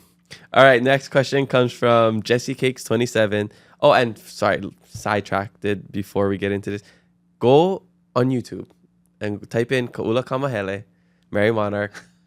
You'll see her in the most beautiful peacock dress, dancing for Johnny Lamho, winning that Miss Aloha Hula. 1980? No, I think 2 years ago. Yeah, it wasn't 1980. Oh, 2 years ago. Yeah, that's 2 right. years ago. That's right. Yeah, now that I remember. In the early 2000s. That's right. Yeah, early 2000s. Yeah. I got you. Now. Yeah. On your 19th birthday 2 years ago. That's right. All right, next question comes from Jessie Cakes 27. She says, "Yay, I love Kumu Kaliko. He is such a wonderful kumu and makes it so fun and easy." Oh, so sweet. Yeah, so not a question. Mahalo. I'll let you know, but Mahalo. it's true. Jessie Cakes, do you know that username? Not the username. Yeah, no. maybe. So Jessie, if you have a student, Jessie. Mahalo, Jessie. All right, next question comes from, I can say, past podcast guest now, and my dad, Michele Hallelu 33. He says, "Aloha e Kaliko, a mahalo nui ya oe no kauhana hoi kaika i ta ʻŌlelo Hawaiʻi. He ha ko manao i ta hoi kaika ana i ka leo Hawaiʻi. He mea kokua paha ta ho ola ana a hoʻohana i ka ti a me ka R? Ro. Ro ke ano like me ta poe tahiti me ni'ihau." So I haven't heard ro in forever. Yeah, he nina mai ka iloa ke na. It's a good question. E panea nao maka ʻŌlelo haole. Okay, hiki unuhi. I'll be the left. Oh, you can. Oh, yeah. he can. Okay. Well, the question was, how can one work to improve Hawaiian pronunciation, not only in the South, but maybe even in general? What should be ways to pronounce things? How should you pronounce T's or K's and or R's, like, should we do that sounds, just like the ni'ihau and like Tahitian ni'ihau people? style, yeah. And I think there probably were regional variations within the Hawaiian Islands, but obviously T would have been the older sound, and I like the T sound very much. And but I think there's a difference between the Haole T and the Hawaiian T. The Hawaiian T is much more like has a D sound in it, if you will. It's more like less voicing, less air, and so. I think if we can do that, that would be great, to add, not that it's all the time, but like his question, if you say umitumalua, umitumalua maukeiki, I don't see anything wrong with that. Now, unfortunately, there's a cadre of people who feel like speaking with any T's at all is somehow like you're trying to put on airs, or you're trying to sound something, and I don't think so. I think having a T in Hawaiian is a beautiful thing. And even the R-L sound, it's not really an L, it's not really an R, it's somewhere in between, and if you can do li'i, keia mea. It's not li'i, and it's Or not ri'i. and it's not ri'i. You know, but if you li'i ke mo mea, nani no i ka ite ana ia oi. I don't think there's anything wrong with that. We don't have to go overboard with it because obviously K and T were existing together at the time when the American missionaries were trying to write Hawaiian down. And so they heard both and they decided on writing the K for whatever reason. The Catholic missionaries wrote T's and they wrote R's and V's. Too bad they didn't win. That's what I was thinking. Yeah, it would have been nice if they had won. Yeah. Yeah, but unfortunately we ended up with K's and L's. And so that's how it goes. But I think for pronunciation, listening to kūpuna recordings from the 70s, those were kūpuna born in the late 1800s up until the 1920s or so. I think listening to them is a beautiful way, an appropriate way to practice pronunciation. Not necessarily the patterns of usage sometimes, but I think that the pronunciation of Hawaiian is very nice there. And ni'ihau in some aspects of it, but I don't think that the speakers outside of ni'ihau sounded like ni'ihau speakers necessarily. I think it's a beautiful way of speaking. I definitely do. And I think some aspects of ni'ihau should be incorporated into standard everyday Hawaiian. But everyday Hawaiian today, as outside of ni'ihau, is kind of cleansed. And so, puana ia me ka ma'e loa a nani loa ka puana ia ana o nahu ʻŌlelo a pau ma'e loa. Yeah, everything's so clean and crispy clean. No caffeine. It's kind of like it's too cleansed now.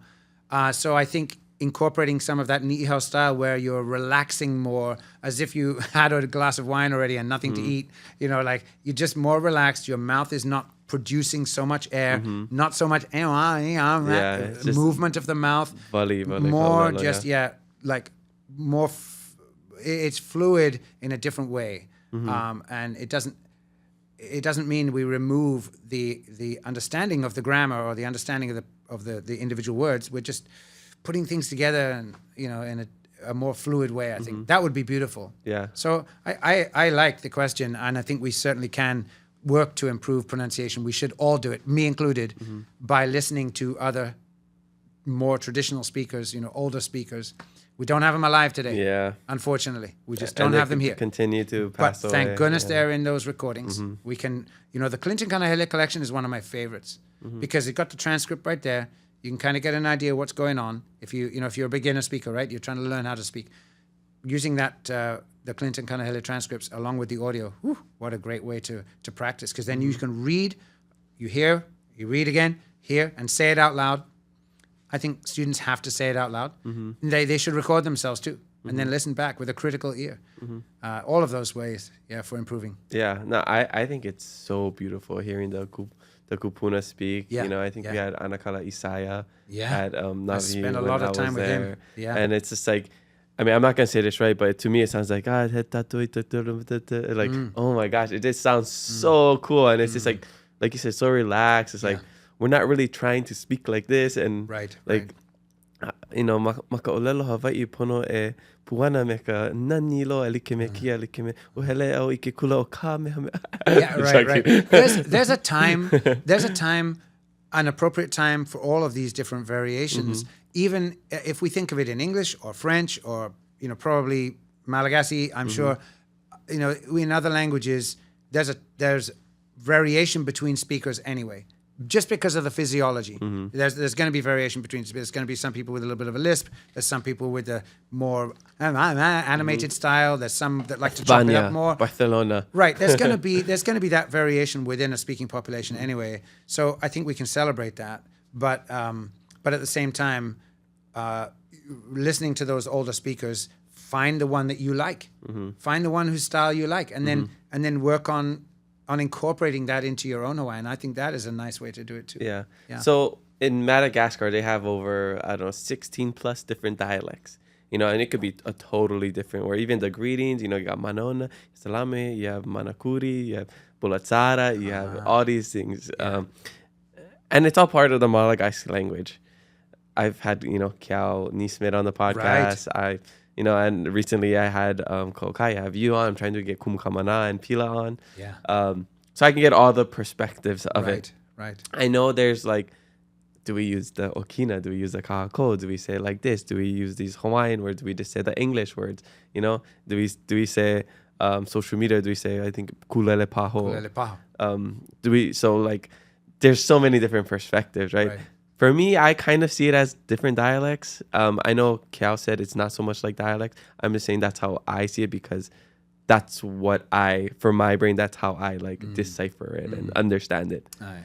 Is that like kind of like, how do you see all these different? I think there's a personal choice that we have when we speak English as well, or any other, whatever other Speaking language. pidgin, speaking proper English. Yeah, there are variations that can be celebrated as being different. There's also the sort of standard, what you would consider to be the standard, just like with American English, right? Like, what is the standard American accent? Is it a California accent? Like when you do acting in Hollywood, then you're kind of going with that California style sound. So there's going to be variation, and choosing words that you want to choose. I think that's fine too. For me, I have the certain words that I like to use, and so like paisi. I hate the word paisi. I hate that word with a passion. Like, why do we have to use paisi? Okay, I heard that maybe it came from Ni'ihau speakers that they had said paisi. Well, to me, that's like the old folks from the days of Penny and Penny Kala. Their community at the time that Paisi came around, there were a lot of Ni'ihau speakers that were talking with each other, and Paisi doesn't seem to affect the language. Of course, it comes from purse, right? Purse. But then I do not think we should be using it in school for backpack. I really feel like that is not a nice word to use. Ekekua, is that what? I call it eke ha'ave. Eke ha'ave. Because I feel like, let's get the word ha'ave out there in the world, which is a beautiful word, meaning carrying something, not on your front side, but on your back side. We have hapai. Everybody knows hapai for carrying in the front. But what about these other words? I don't want my kids saying, hapai anao maka ukua. I want to say, ha'aveo maka ukua. Ha'aveo ikea mea. So it's an eke ha'ave in my book. And so that's fine. I can say eke ha'ave. My kids know what that means. I think everybody knows what that means if I say it. And then there are some people who say paisi. I think paisi may be okay for a purse, but not for a backpack. Yeah, I don't think I've ever said paisi for a backpack. Yeah, well, it's all over. Oh, actually, I remember. You go to immersion school, you'll hear it all over the place. Now I remember. It's Yeah. They tell all the My kids. point ko paisi. Oh, yeah, from Punana Leo on up. Yeah, it's going to be like that. Actually, I'm not into that. It just came back to me, yes. Yeah, so there are choices that we can make, and I think that's what I was saying earlier. It would be good if there were more of us, and these words that get created, whether they get created in families and then disseminated that way, or whether they get created by the Komikehu ʻŌlelo Hou, on which I sit, admittedly, and Keao used to sit on that too. In fact, I was there at the same time he was on that same committee. But Komikehu ʻŌlelo Hou, we create words on there. But we're just saying, hey, we just sit around hashing out these things. Here they are, they're suggestions. We put them out there. We're not saying this is what you have to use. It's just like waleta. You can say, you guys want to call it waleta? If you like waleta, then waleta will survive. Yeah. If you want to call it paisi, then paisi may survive. But maybe we can have other words too, like eke ha'ave, or pu'ukala, or even eke kala, whatever you want to call it, that's fine. But boy, I wish that there was more of a community use where we would actually get together. We tend to be in our little modules all around the state, and we don't really have a chance to get together and actually just interact on a daily basis and have these words work out where some fall away, because there are some pretty crazy komikehu ʻŌlelo words, which I don't even like, and I'm on the committee. But it's done by vote, majority vote. So if the majority voted it in, then that's what it is. But like I said, we're only giving suggestions. We're not saying this is what you have to use. We're sacrificing our Saturdays, sitting around for 5 or 6 hours. We get paid in peanuts, quite literally. We are given peanuts. That's what our food is, or chocolate covered magnuts. Oh, okay, nice. So that's we don't get paid for this. We're not saying this is what it has to be, but we're saying here are some words. So just like being made up in the families or whatever, I have a hope that Hawaiian speakers, I just wish there was a way that we could be together more often as fluid speakers. We're all so busy. Everybody is busy. All the good speakers out there are educators or busy doing some, 501c3, or they're busy doing something. They're busy performing. Sometimes, they're musicians or whatever. Like Moses, like all of these people are out there doing things, but we're all so busy. We don't have time to get together.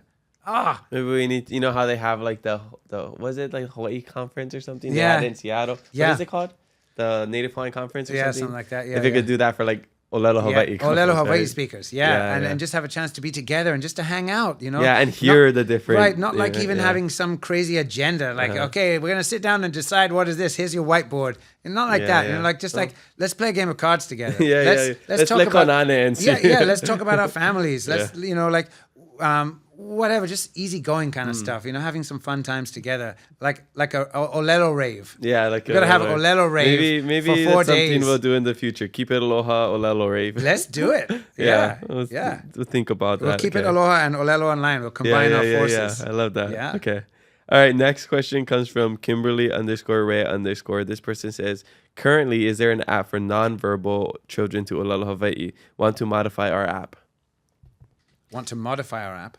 I don't know what that means, but Okay. maybe they have an app. But So is there an app? I think, asking if there's an app for nonverbal. So I don't know if that means Meaning deaf, non-speakers. like Hawaiian sign language maybe, or I don't know. nonverbal children. So like children that don't speak, so maybe they sign language. Yeah. I'm trying to. That's how I understand the question. As far as okay, so I'll reword what I think is the question. So for nonverbal people, speakers, to be able to speak would mean people who cannot actually make a sound with their voice, so they're going to use their hands. As far as I know, Aunty Nona told me that there was a Hawaiian Sign Language from back in the old days, but you know it would have been something that was made up within the population, right, for those people who couldn't actually speak.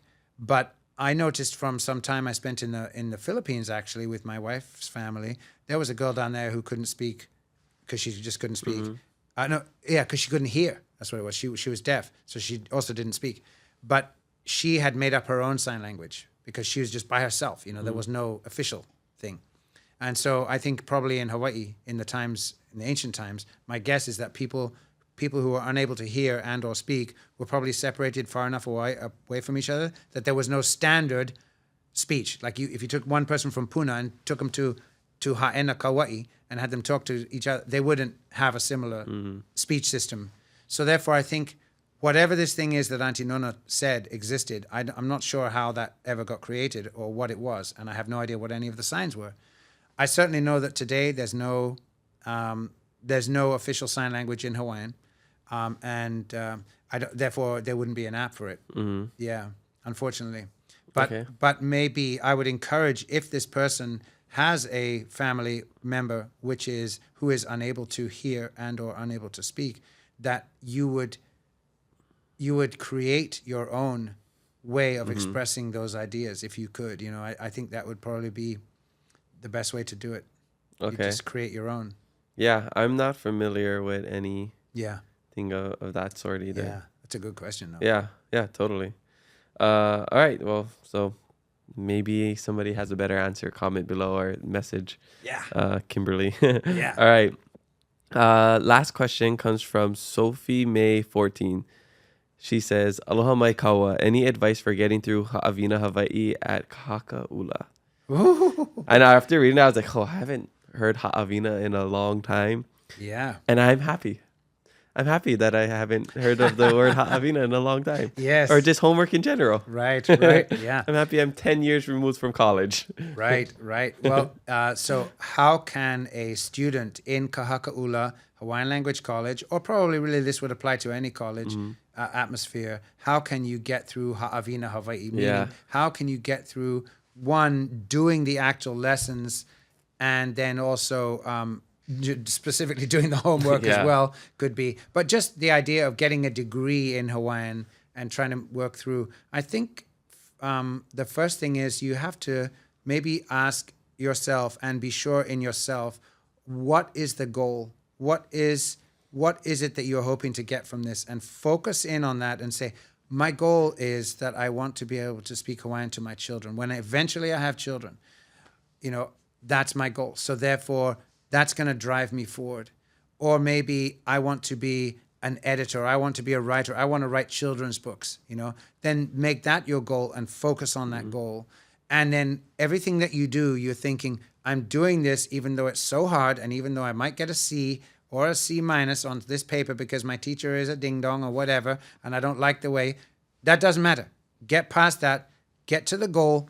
Remind yourself and say, I'm doing this because of this. And there are so many resources that you can use if you have the time. If you're a college student, sometimes you're so busy with your 16 credits that you can't actually do anything else. You don't have extra time available. But I would say just, using resources that are on the outside, you can certainly use books and other things, to find answers that you want rather than just only relying on the teacher. But also, here's another piece of advice. I give this advice to my students in 490. 490 is the capstone course for Kahakaʻula, right? It's the class that they take in order to take an exam, which lets them, I guess it gives them the final grad point that they need to graduate or to get into a post-grad program.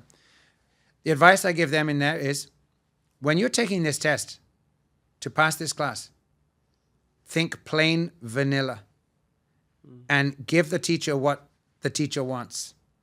Don't be thinking about standing on your own soapbox and your own pedestal. You might like to say eke ha'ave for backpack, but if you know they want paisi, then write paisi. The goal is get out of this program. The goal is to succeed in this test, to succeed in these ha'avina.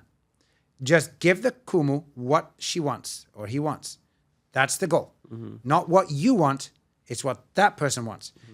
Learn all of those things, and when you're done and you get out, synthesize it with your own understanding, maybe your own ʻohana's way of doing things, maybe the other ways that you discover of speaking ʻŌlelo outside of classroom, because it's not all done in classroom. Classroom is very restrictive, actually. Then that's when you can expand and do your own thing. I call it plain vanilla because I tell the kids, hey, when somebody comes over to your house and you're going to give them some ice cream, if you're trying to wonder what kind of ice cream should I buy for them before they come over, well, buy plain vanilla, because pretty much everybody likes plain vanilla. Like if you buy Rocky Road with carrot flavor in it or whatever, it's like, you might like it, but probably they're not going to like it. And if you write, like me, I like oia, the pronoun for he and she. This is another topic, but anyway. I like oia is one word. I cannot fathom why it was decided in 1978 that oia should be split up. Like you look in the dictionary, it's one word. It makes sense to me as one word. It is a pronoun. One pronoun. Why break it up? I have no idea. I didn't think about that. Oh, it makes no sense to me. There's ia, which is also he or she, when it's in the object position, let's say, like yaya, meia. Yeah, but oia, wahele oia, I do not understand why. And from a pedagogical standpoint too, teaching students and saying oia, like I hear them say oia, which is not oia. Oia is two words. Oia mea, like that? Yeah, like if you say wahele oia, I tell them, no, that's not the way. Oh. That's why I started writing it as one word. I said, you know what? After all these years of teaching at Kahakaʻula, I'm just going to do my own thing now, which is oia, it should be one word. Okay, so that's different than pepeke aike o. You get oia kekeiki. Yeah, the o is the marker of the of this type of pattern. So oia kekeiki, she is the child, he is the child. That's fine, because that ia there could also be interpreted as the aforementioned, which is what the pronoun is anyway. Anyway, what I'm saying is, in answer to this question, ha'avina Hawaii getting through college, I might want to write oia, but that's not the plain vanilla, according to those teachers.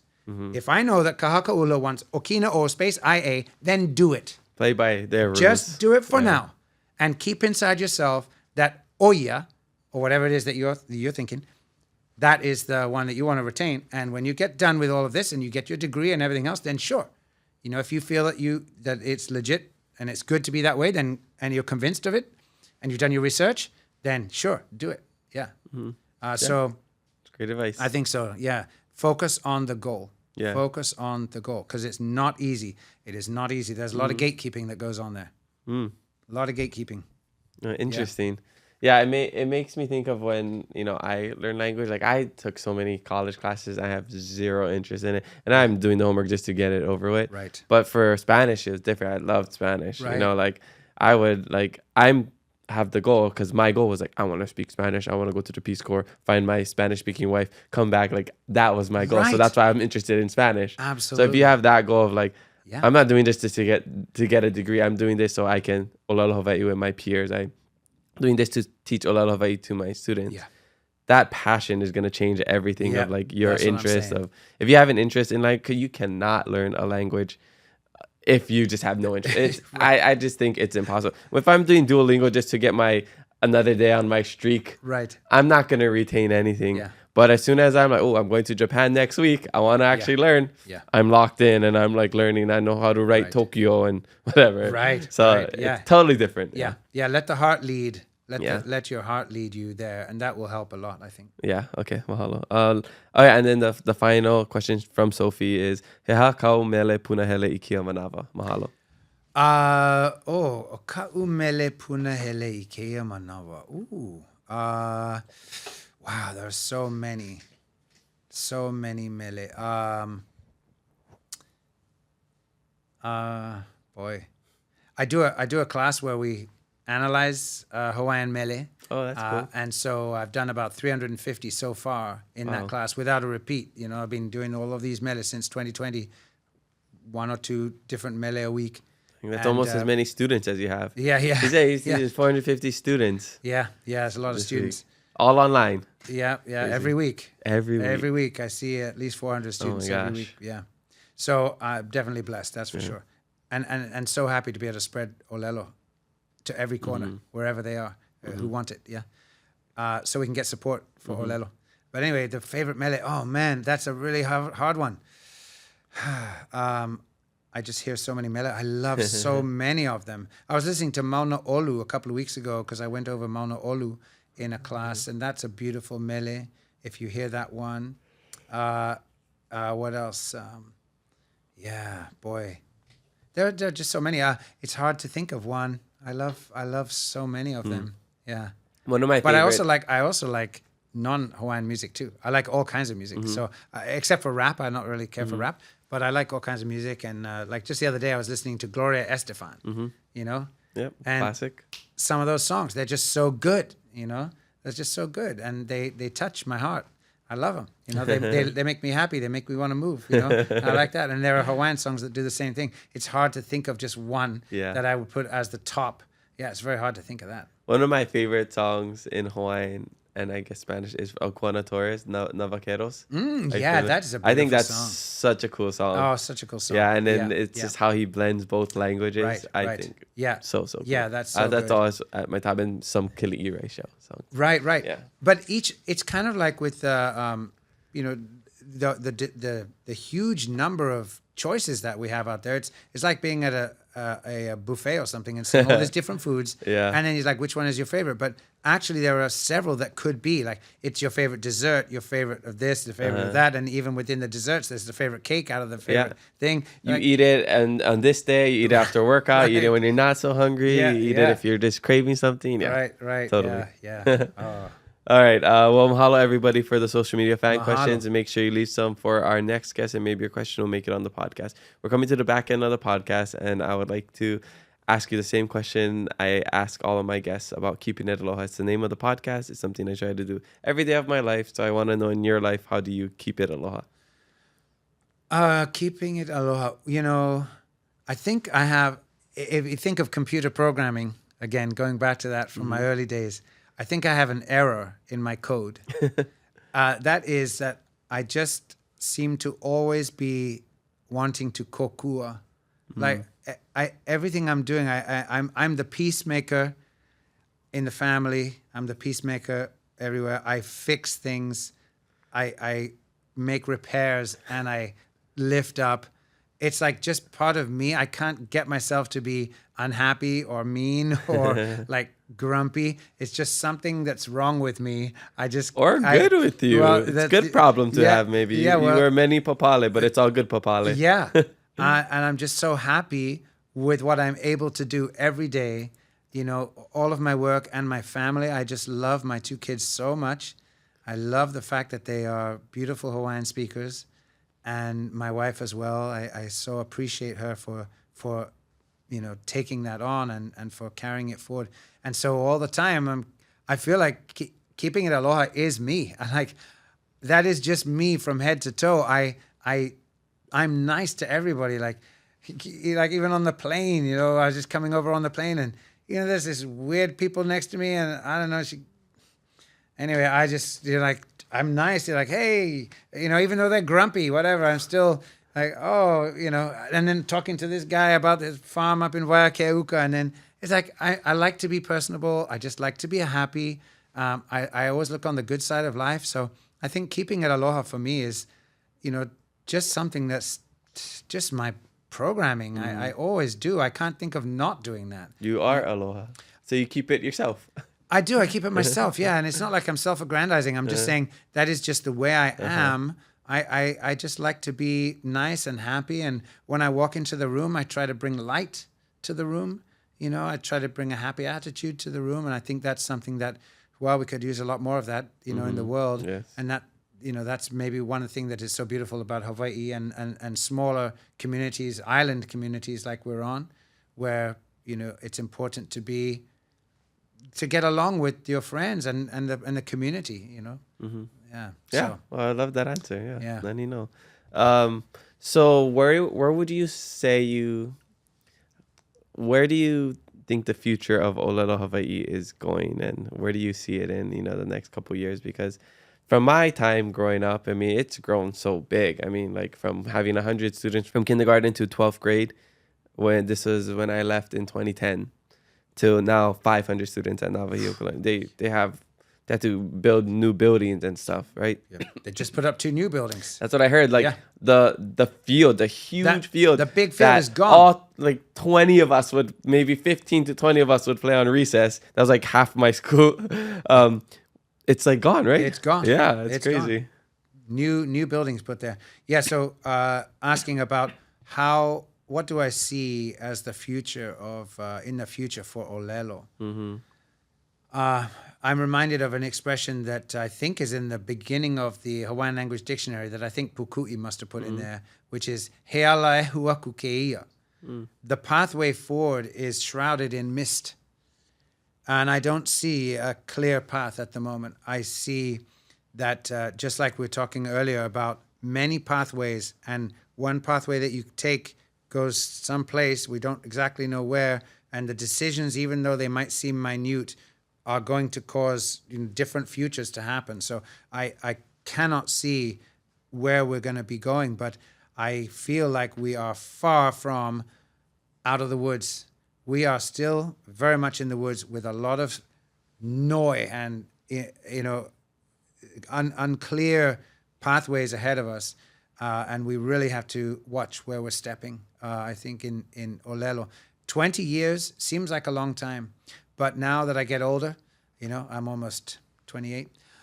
So I was thinking 26. Yeah, 26. Yeah. A little older than I thought. Yeah. Actually, I'm 55. I'm going to be 56 next month. Wow. 56. Anyway, so I think that now that I'm older, time just seems to be very different in my view than it was before. And 20 years seems like nothing. Almost things don't change sometimes in 20 years. So in 20 years from now, I have no idea. My kids will be graduating in 10 years from now, 12 years from now. And I don't really see the school changing that much as far as like the quality of ʻŌlelo. I think we've got a long way to go there. I think immersion schools need to really focus more on ʻŌlelo. If we don't, and we just think, they're going to learn it by just being there and being around other students and the kumu, no way. Mm-hmm. No way. Sorry, I could get upset about that kind of topic because I don't believe it. Like my 2 kids, my daughter in the classroom, there was 2 kids in there who speak ʻŌlelo at home. The rest all came in all English speaking. And I would take my girl to school every day, and she would be crying. She doesn't want to go in the classroom because she doesn't know how to talk to anybody. No, she can't talk to anybody in there. That English na'i is just like it's like I said before, with a couple. You get the girl who graduates from college, ʻŌlelo Hawaii, 4th year, major, boom, boom, boom, and here comes with the kane who doesn't speak Hawaiian, and before you know it, they're speaking English. Rather than the Hawaiian winning the day. Why? Mm-hmm. Even if it's the guy who speaks Hawaiian and the girl speaks English, for some reason, English does not win unless a really concerted effort is put forward. And so I think we need to put a concerted effort forward in the immersion schools to really improve Hawaiian language education in there too. And I'm not saying it has to be grammar classes. That's not what I'm saying, because that's not a help for younger kids. They don't know what is grammar. Or they don't care about grammar either. I didn't care about English grammar in school. Yeah. I don't want anything to do with it. You know, I've only learned English grammar now because I have to use it as a bridge for some students who say, well, what's a preposition in Hawaiian? Don't you have them? Yeah, well, then I can talk about it, ami. You know, but before I had no interest in that as a regular school student, and I'm sure our kids don't either. So I didn't care about Right. Pepeke, Painu, Right. but any of that right. growing up. But we can still actually provide a good, strong education for them to improve their Hawaiian, I think. And we need to sit down and really look at that in order to have Hawaiian stay strong into the future. If not, we're going to be just relying on, just like we are today, the few and far between couples who get together and have children and have families in ʻŌlelo. It's a beautiful thing. We have many kumu. I know they don't have children, but they've brought us a long way, right? I'm thinking of my own kumu, many kumu who are out there who, I mean, they didn't necessarily have children, but we are their children in that sense, in the school sense. But I think going forward, we're going to need to have more families speaking Hawaiian. And I almost feel, to be truthful about it, that we need to get back to where our founders were in the 80s, 1982, 83, 84, saying, we want an immersion school for our children to be able to speak Hawaiian all day long at school, in preschool, punana leo, in mala'o, kindergarten, and first grade, second grade. We need a school for that. I feel like we need a school for that. We don't have a school for that. I send my kids to the immersion school and they come home learning English because I think it's not immersion school anymore. It's a bilingual school. It's a bilingual education that they're getting at Navahi, unfortunately. And that's not because what the alaka'i want. The alaka'i would love everybody to speak in Hawaiian. We were fighting with the kids in 1996, 97, telling them, hey, ʻŌlelo Hawaii oko. Mai namu haole. Mai namu haole. Yeah. I mean, we did Got it all PTSD. the time. Yeah, exactly. But, you know, we had a smaller student body at the time. Like you were saying, like 100 students from one to the end, you know. But now we're talking about 500 or 600 students where you've got by far the majority are, you know, not speaking any Hawaiian except when they're forced to in the classroom. And maybe their parents are sending them to school because they're like trophy Hawaiian speakers. The kids are speaking Hawaiian at home, at school. Oh yeah, my children speak Hawaiian. So they can send them to school to learn Hawaiian. And then as soon as they're outside of school, of course, it's back to English again because that's the language of the ʻohana. Oh, it makes me frustrated. And it makes me very worried because I'm trying to answer your question, which is, where do I see ʻŌlelo going? I don't see it making big forward movement unless we can get more ʻohana speaking Hawaiian, and perhaps even, do we need a school within a school? You know, like now do we need like bilingual education schools and then get back to the original idea, which they were working so hard to do. All of my kumu, you know, working so hard to make these immersion, preschool and immersion first, second, third. So we need that again. I think we need that again. Yeah. In order to see progress in the future for ʻŌlelo. Otherwise, it's just going to be like it is right now, just ticking along like a little engine with no accelerator. And it's just going tick, tick, tick, tick, tick, tick, tick, tick, tick, tick. And you can't accelerate. Yeah. I think you make such a good point. And obviously, I'm guilty of it as, you know, ʻŌlelo Hawaii mo ke kumu, mena hoa. Hey, yeah, so, hey, what are we going to eat now? Or, you know, like, oh, the kumu's coming. Okay. And then, ma ke ia ha'awina pono oe. So it's, even with my siblings, my dad just goes, till this day, hey, ʻŌlelo Hawaii, even when Micah calls me, or I don't know if my dad's around, I'll be like, hey, what's up, Micah? And he's like, kumako, ʻŌlelo Hawaii, because he's my dad, or like opposite, and we'd always joke around. But like, yeah, I don't know. It's like, I don't envision myself just only speaking Hawaiian with my siblings or with my friends. Because the relationship that you create with somebody is then set into ʻŌlelo, because ʻŌlelo is as much emotional as it is intellectual. And I think a lot of school education in Hawaiian language is all about the intellectual, because that's the linguistic side of things. It's intellectual. But I think also there's a very big emotional level to this. And so when you have speakers speaking English to each other, they get to know each other in English, they communicate in English, that becomes the safe place where they feel comfortable. It feels like it's right to be able to speak English to each other, and that's fine. But then if you determine that ʻŌlelo is going to be the language of communication, to take that step, if you haven't been there before, like me and my wife, we were speaking English to each other. From 2010, when we got married, until 2018, we were speaking English to each other. But then when we made that decision, and my wife was so sweet that she said, okay, I'll take on that kuleana. Then we ended up with this beautiful thing now, where she can now speak Hawaiian full time all day long. In fact, she doesn't like to speak English anymore. Yeah. But we had to make that transition between us because speaking English was our language. Yeah. And that was what we were familiar with. And she can explain herself. And when she gets upset, she can describe what she's bothered about, right? You know, when you get sad or when you get hurt, you go back to whatever that first language was that you had as a relationship. And so for boyfriends, girlfriends, boyfriends, whoever's together. Robot. Yeah, you've got to make that decision that this is going to be the language of communication, and then go with it and get over those hurdles. There are difficult hurdles. You're like, how do I say this? And then what I say to myself when I can't say it, which is now few and far between, but you know, before, like if I couldn't say something, then I just don't say it. I just don't say it. And I guess I can't say that. Yeah. Rather than like, oh, I'm going to code switch to English, or even halfway switch. I don't like that poi pu kind of stuff. Yeah, I don't like halfway English, halfway Hawaiian.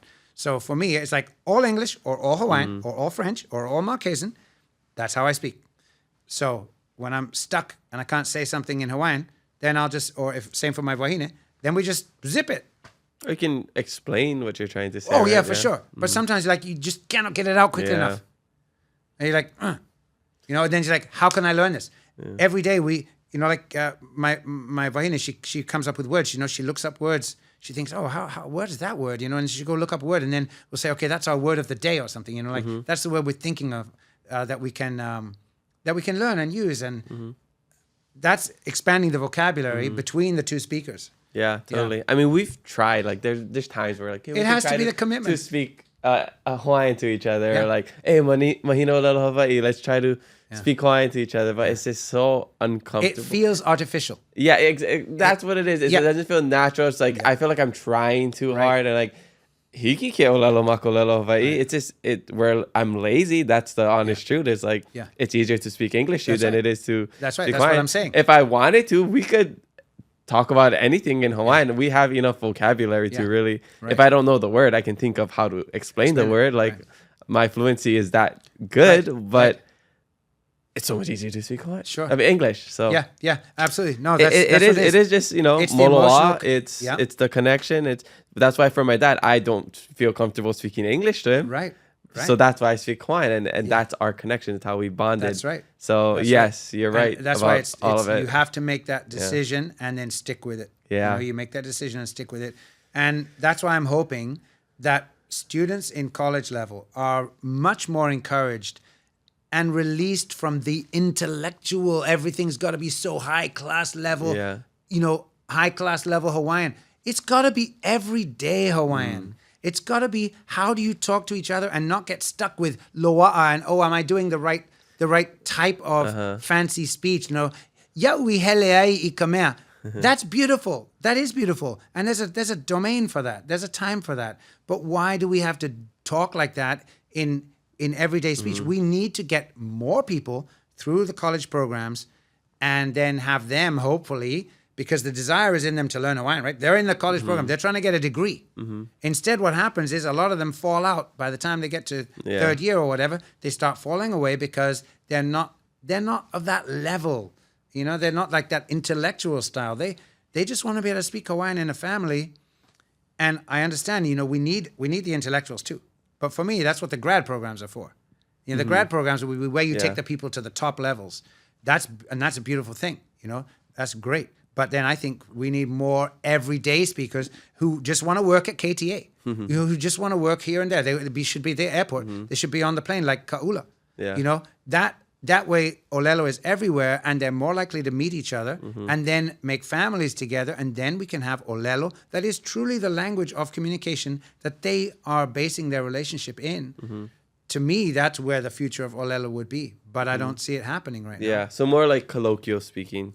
Yeah, and I don't mean it has to be crummy Hawaiian. Yeah. Not at all. I'm a stickler for, you ask any of my students, ask Ka'ula. Man, I'm a real stickler, but yet I don't want them to speak artificially high register Hawaiian Yeah. just because it's going to sound fancy. I'm saying they should be able to talk like you and I are talking right now about all these different topics without getting hung up on that kind of stuff. You know? Yeah. Like, so I'm not talking like Ebra kind Hawaiian. You know, I'm not asking for it to be lowered. I'm just saying that it should be more fluid, daily use Hawaiian that they should be doing. And then maybe it will be better for us as a whole, you know, for the whole ʻŌlelo. Yeah. I mean, I think that will help with the normalizing of it. Is like, Ko'okai talked about how instead of like, the reason why he tries to say all the Pokemon in Hawaiian and all this, because he doesn't want to like give into that English. He doesn't want to be like, it's like video games and all these stuff. It's like, that's what we've always done is like, we give in to the West. We dress like them, we whatever. So like, Because we need to, comes but we on. need to be in their spaces, but we can do it while being us, while still being Hawaiian. And instead of, you know, us just like conforming to like, Right. oh yeah, I'm gonna go rip these Pokemon. This is a Bulbasaur. This is no he Bulbasaur kia, he Kaliko Pokemana kia, Right. and then hiki ke nana a Moana, mako Right, ʻŌlelo Hawaiʻi, Right, and right. like, so we need to be in that space Right. and still stay Hawaiian, Yeah. which is a good message that I got from Ko'okai, which I think is Yeah, it's very good. Yeah. the, I guess, how we maybe infiltrate that kind of Yeah. no. But anyways, mahalo for sharing that. I can tell you know Yeah. you're super passionate about that, Yeah. and for a good reason. Yeah, because it's like colonization. Yeah. It's also the overthrow, but it's the overthrow of the ʻŌlelo. Mm-hmm. You know, the oppressor is the English language that's coming in. That's why I hate speaking English, especially like to you. But I'm doing it for everybody Yeah, out there, mahalo. so you know what I'm thinking. Yeah, but I feel like there's a lot of English out there in the world. It's not endangered. It's not in trouble. Yep. You know, there's a lot of variety in English as well. There's a huge variety in English. Yep. And English has an ability to just roll over every native language for many reasons. Linguistically, it rolls over because it has a power in its own way. You can mess up vowels in English and everybody still understands. There's no problem. Also, culturally, Yeah. it runs over everything. But like you say, like Ko'okahi says, then you know, it's important. I think that we don't let that oppressor, you know, come in and overthrow the Hawaiian language. And I don't want to see that. I want to see Hawaiian language stand as its own kingdom in a sense. Like it is ʻŌlelo Hawaiʻi and not getting totally watered down by English thinking. Yeah. We need to create an ʻŌlelo Hawaiʻi app, dating app, where you can only find people that speak ʻŌlelo Hawaiʻi and they have to date in ʻŌlelo Hawaiʻi. What a great idea. What a Puna great Leo idea. could make that. Oh, man. You could probably make that. Yeah. Right? Hey, gotta get Claude code going. Yeah, on. AI, yeah. Claude, develop whatever, AI. ChatGPT. Yeah, But wow. you What an put that idea. in the Kahakaula Yeah. and outside of Kahaka, connect people from all the Oh my different gosh. islands. Swipe left. Yeah, Boom. exactly. Or whatever it is. Swipe right. I don't know. Yeah, I don't know know. which way people Swipe swipe. But anyway, right is- swipe up or down. Who knows? Yeah. Swipe diagonally, Swipe whatever. which way you like. Yeah. Yeah. Well, a lot of good ideas. Hopefully, the people take a lot away from this. What do you hope our audience takes away from this episode? Well, I suppose that, you know, Hawaiian language is available out there in the world. It is available. You can take classes at UH. You can learn from books like I did at first, you know, learning just from a book. You can take classes online like the kind that I teach online. There are ways that you can help support ʻŌlelo. Sometimes you don't have to be a fluent speaker either, but you can just learn enough so that you can pronounce the words right. You can see a song and you know how to sing it better if you're a musician, for example. I hope that message is out there, that Hawaiian is available to everybody now, and you don't And have to. available on ʻŌlelo online. Go sign up. Yeah. ʻleloonline.com.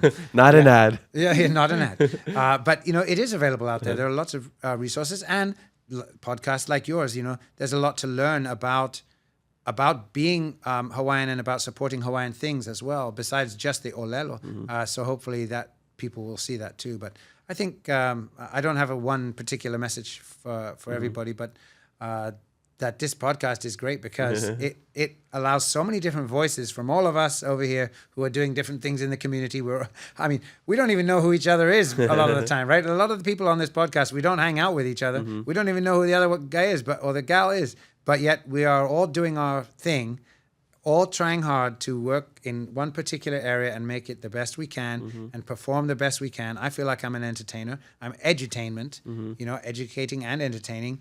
I feel like that's my performance, and I work hard on that. And I think this podcast is great because it allows us to have a voice and to get to the community as well. So yeah, I think I just love what you're doing here. Mahalo. Yeah. Well, I know you're gonna get a lot of new fans after this episode comes out, so. especially since it's the episode after the governor. Oh, Yeah, oh so- man. Oh, gee. So I think big shoes. Either to that fill. or it'd be like, oh, don't watch that thing again. No, people are gonna love it. What is what was I gonna say? What is the next question? No. What is one thing you wish people knew about you that they don't? I like to ask this question to my guests as well. One thing that I wish people knew about me that they don't. That I wish they knew about me. Oh man, I don't really wish that anybody knows Well, anything. what do you think people misunderstand about you? Oh boy. Well, I cannot think of a really fantastic answer, but one answer that comes to my mind is gets back to my accent. That it is an English accent, and I don't really work on trying to make it anything. It just is whatever it is. If the last time I went back to England was at least 10 years ago. I don't even remember when. But when I went there, then the people that I know over there, my friends, they say, you speak American. I said, but when I'm in America, they say you speak in English. So I'm all mixed up, I'm all over the place. I'm in the middle of the Atlantic somewhere. Yeah. And that I don't want people to think that is me. I've really, I'm not really connected with that anymore. I don't feel like I don't really represent England. I know things about England because of having been born there. I know some things about that, but I don't really understand England. Not as an adult. I left there as 11. I was 11 and just turning 12, and I don't know anything about it really, except that I just was born there. So it's the voice is like that. But I have actually spent most of my life here, right here in Hawaii. So I'm very happy about that, and I guess it just makes me feel a little bit self-conscious actually that this voice that I have it sounds different than your guys' voice, but actually in my ear I hear a lot of American here. The American get into Hawaiian sometimes too, and then I think, you folks probably hear English in my Hawaiian, but just as much English as people hear in my Hawaiian, I hear American in everybody else's Hawaiian, wow. Because then I compare that to other Polynesian sounds, and I'm like, that's an American sound in there. I can just hear it. You can just hear it in that Hawaiian. So interesting. Yeah, so hopefully people don't, what I wish people knew about me, that, I even though I retain this English accent, it's only because I don't work to get rid of it, and I don't really use it that much. Yeah. I try to speak Hawaiian 99% of the time, if I can. Yeah. Yeah. Oh, wow, so interesting.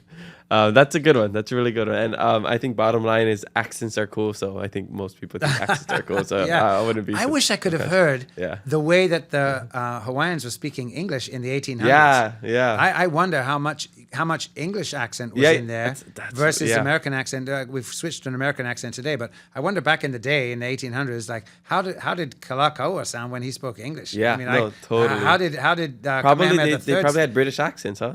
I have no idea. Oh no, that's Well, depends who the missionaries that came here and taught them. I don't know. That's what I'd Yeah. like to know. Yeah, you got a time machine? So interesting because I remember going to Spain when I was studying abroad there, and I would hear people speak Spanish and they had the blah, blah, blah, blah, blah, and they would speak English in a British accent. Ah, yes, and right. I was like, Right. I did not expect that. That's crazy. Right. Or even hearing going to a Chinese restaurant and hearing somebody speak Spanish, I'm like, Yeah. what is going on? Yeah. It's so interesting. Yeah. Language Yeah. is so cool. It's very cool. Yeah. All right. Before we start to wrap up the podcast, I would love to know if you have a life hack you can share with us. Oh man, I was dreading this question because actually, I can't think of a life hack. A life hack that would be a good one. What do I do? Well, I mean, maybe it's related to aloha. Okay. Because I suppose my life hack is I try to diffuse difficult situations. There are always times of tension that come our way and times of difficulty, and it's like I was thinking about gorilla tape, like gorilla tape. You can just use it on anything. You got the pipe with a little hole in it. You just use some gorilla tape. You got the wires that are coming loose in the back of the car, because I'm a MacGyver, so I MacGyver everything out there. We didn't even talk about that, but anyway, I'm a MacGyver, so use the gorilla tape on that or whatever. I think Aloha is like the gorilla tape for relational situations where you need to diffuse something that maybe is you sure you could use your pride and go head to head and all that, but maybe it's better just to say Aloha is the leader here, and that's my gorilla tape. Like I put Aloha on it and I retreat for myself. I don't have to be the winner. I do not have to be the winner. You don't have to always be the winner. You can be a winner by just moving the situation slightly, and in the long run they might see your point of view. So anyway, that's kind of my my life hack, maybe, is actually using Aloha. That's a good one. Yeah, use Aloha as like gorilla tape. Yeah. Wow, that's so good. It reminds me of something that Roman from Kaloha Kai shared, where he reacted with Aloha in a situation where I believe somebody ran over his wife's surfboard that like the brand new that when he got her, and he was like, I wanted to go up and like yell at this guy, whatever. But he instead like came with Aloha and like, hey, sorry, you ran over the board. I just got it for her. Can you pay for it? Yeah. And instead of like coming all angry and aggro, the guy responded with Aloha as well. He's like, oh, I'm so sorry. Yeah. I can help pay for the board, whatever. And he's like, oh yeah, and I listen to your music. If it was the other way, and he was like, bro, you did that. Why would you do that? Da, da, da. Right. It's like, oh, you're already defensive, right? Absolutely. So, yeah. Lead with Aloha. Totally true. Yeah. Totally Awesome. True. Yeah. All right, so I have my last fast fave 5 questions, and we'll rip some Pokemon cards. Oh, I don't even know Pokemon. Hopefully you get something good for your kids. I have no idea what even Pokemon is. I know Pikachu. I heard of that. Yeah, Pikachu's a Pokemon. But I don't even know what you do with Pokemons. But anyway. Well, these Pokemon cards are super popular these days. I mean, they were popular when I was a kid. They got really popular in the last couple years. So, like, you could get a card that's worth, like, $200 in this pack. What? And in like a you couple, trade them with people? You sell it, you can trade it. Yeah, some people have cars that are worth like thousands, like 10,000, 40,000, 100,000. They just sold a Pokemon. Logan Paul, this YouTuber, he sold a Pokemon card for $16 million. Holy moly! And like this kind in these little packs. Yeah, but I mean, these are modern ones, but like the old vintage ones, like from the 90s or early 2000s, they're worth thousands to $1 million. So you mean got to save these for 50 years and then bye, they're going to be worth something. Exactly. Oh, okay. Yeah. So it's this like stock and it's crazy, right? Say now you know. All right, so here's the last fast fave 5 questions. These are just rapid fire answers, okay? Okay, rapid fire. Favorite Hawaii snack? Arare. Oh, I love it. Favorite guilty pleasure? Terry's chocolate orange. What is that? You gotta try it. Okay. Oh man, it's like this round chocolate ball that when you whack it on the table and it breaks into like orange slices of orange, but it's chocolate with orange inside it. Oh, okay, man, I gotta try it. Where do you get it from? KTA. KTA. Okay, nice. All right. Next one. Favorite travel destination? Marquesas. Okay, I gotta go. But although I don't go there for tourism, though, does it have to be for tourism? No, where? Okay, the place I just love to go. My another happy place for my life is the Marquesas. But okay, we have to leave that for another day. I have to come back. Part 2. Yeah. Yeah. Maybe by then we'll have somebody who wants to edit a 2-hour episode of ʻŌlelo Hawaii. If you want to ʻŌlelo Hawaii, you gotta go on Okahi's podcast. Oh yeah. And he does it all himself, man. He puts hours into that. Wow. Yeah, no, he hasn't invited me yet. I gotta wait for him to invite me. I'm sure he will. He said he needs more guests at ʻŌlelo Hawaii. Oh, I'd love to. I'll go text him. All right, favorite Hawaiian word?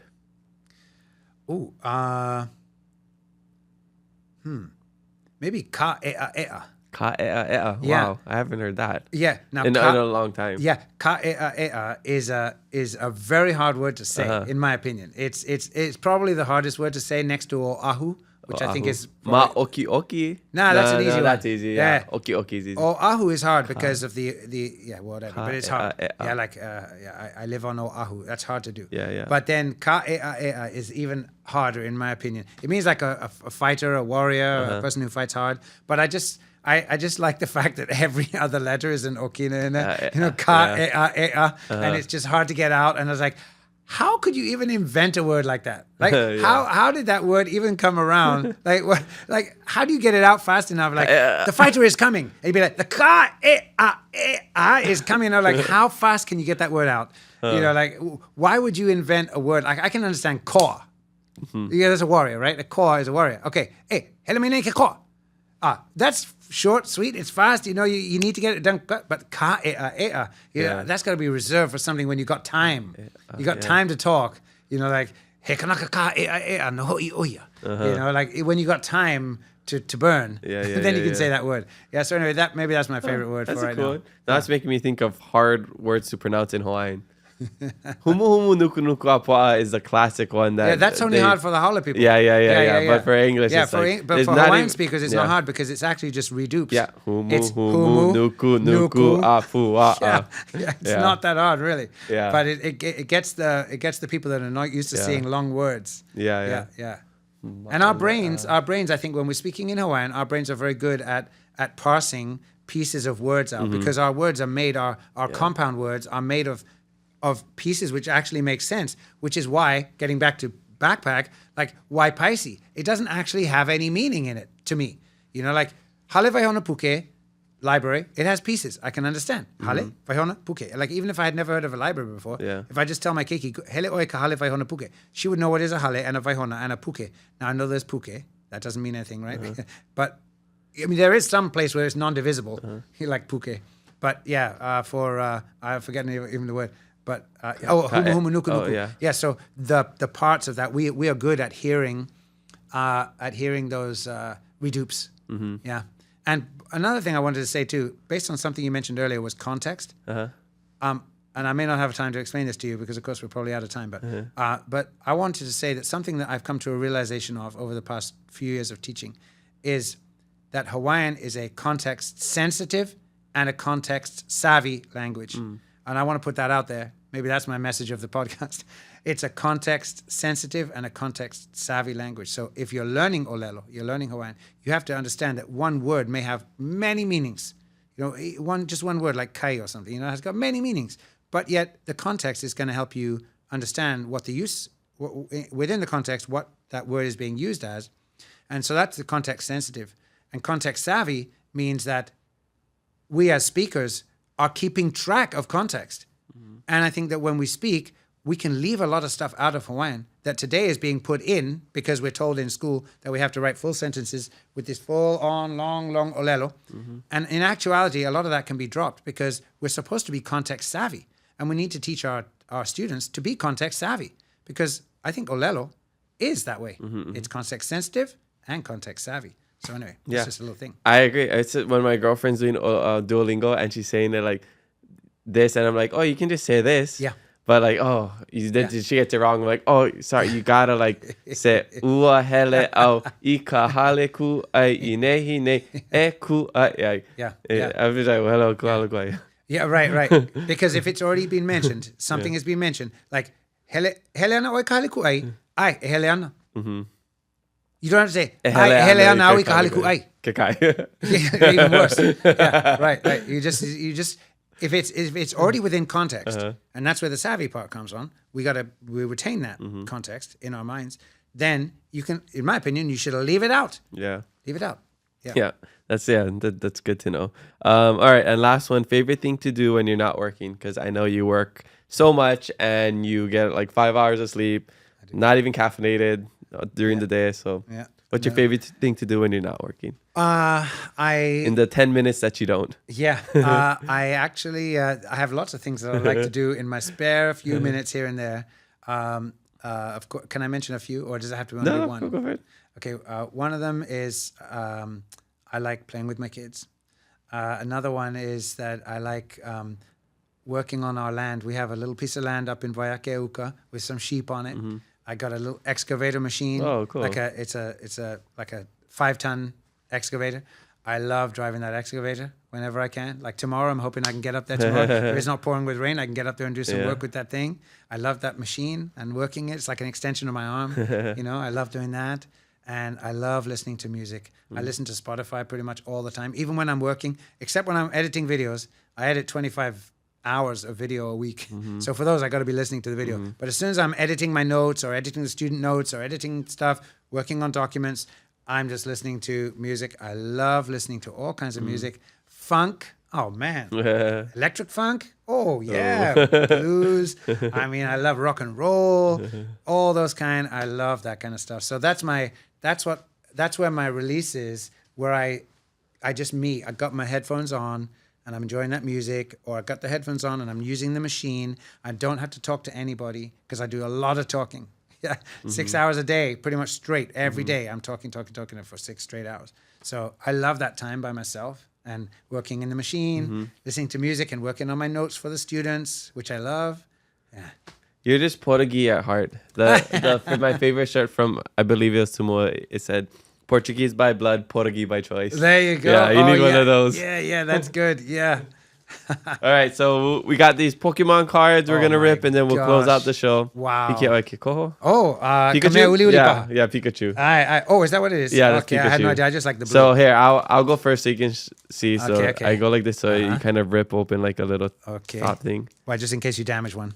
Yeah, well, you want to be a little careful. It could be an expensive card. Okay. Yeah, so you open it like this. Oh, wow. And then this you pull out, and then I like to guess the energy. So there's different like colors. So I would say like ke'o, like metal. Oh, so it's ula, it's fire. Okay, so what now? Okay, I throw this one away? No, you flip it the other way.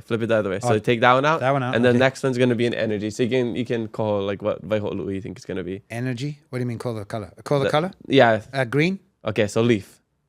Leaf.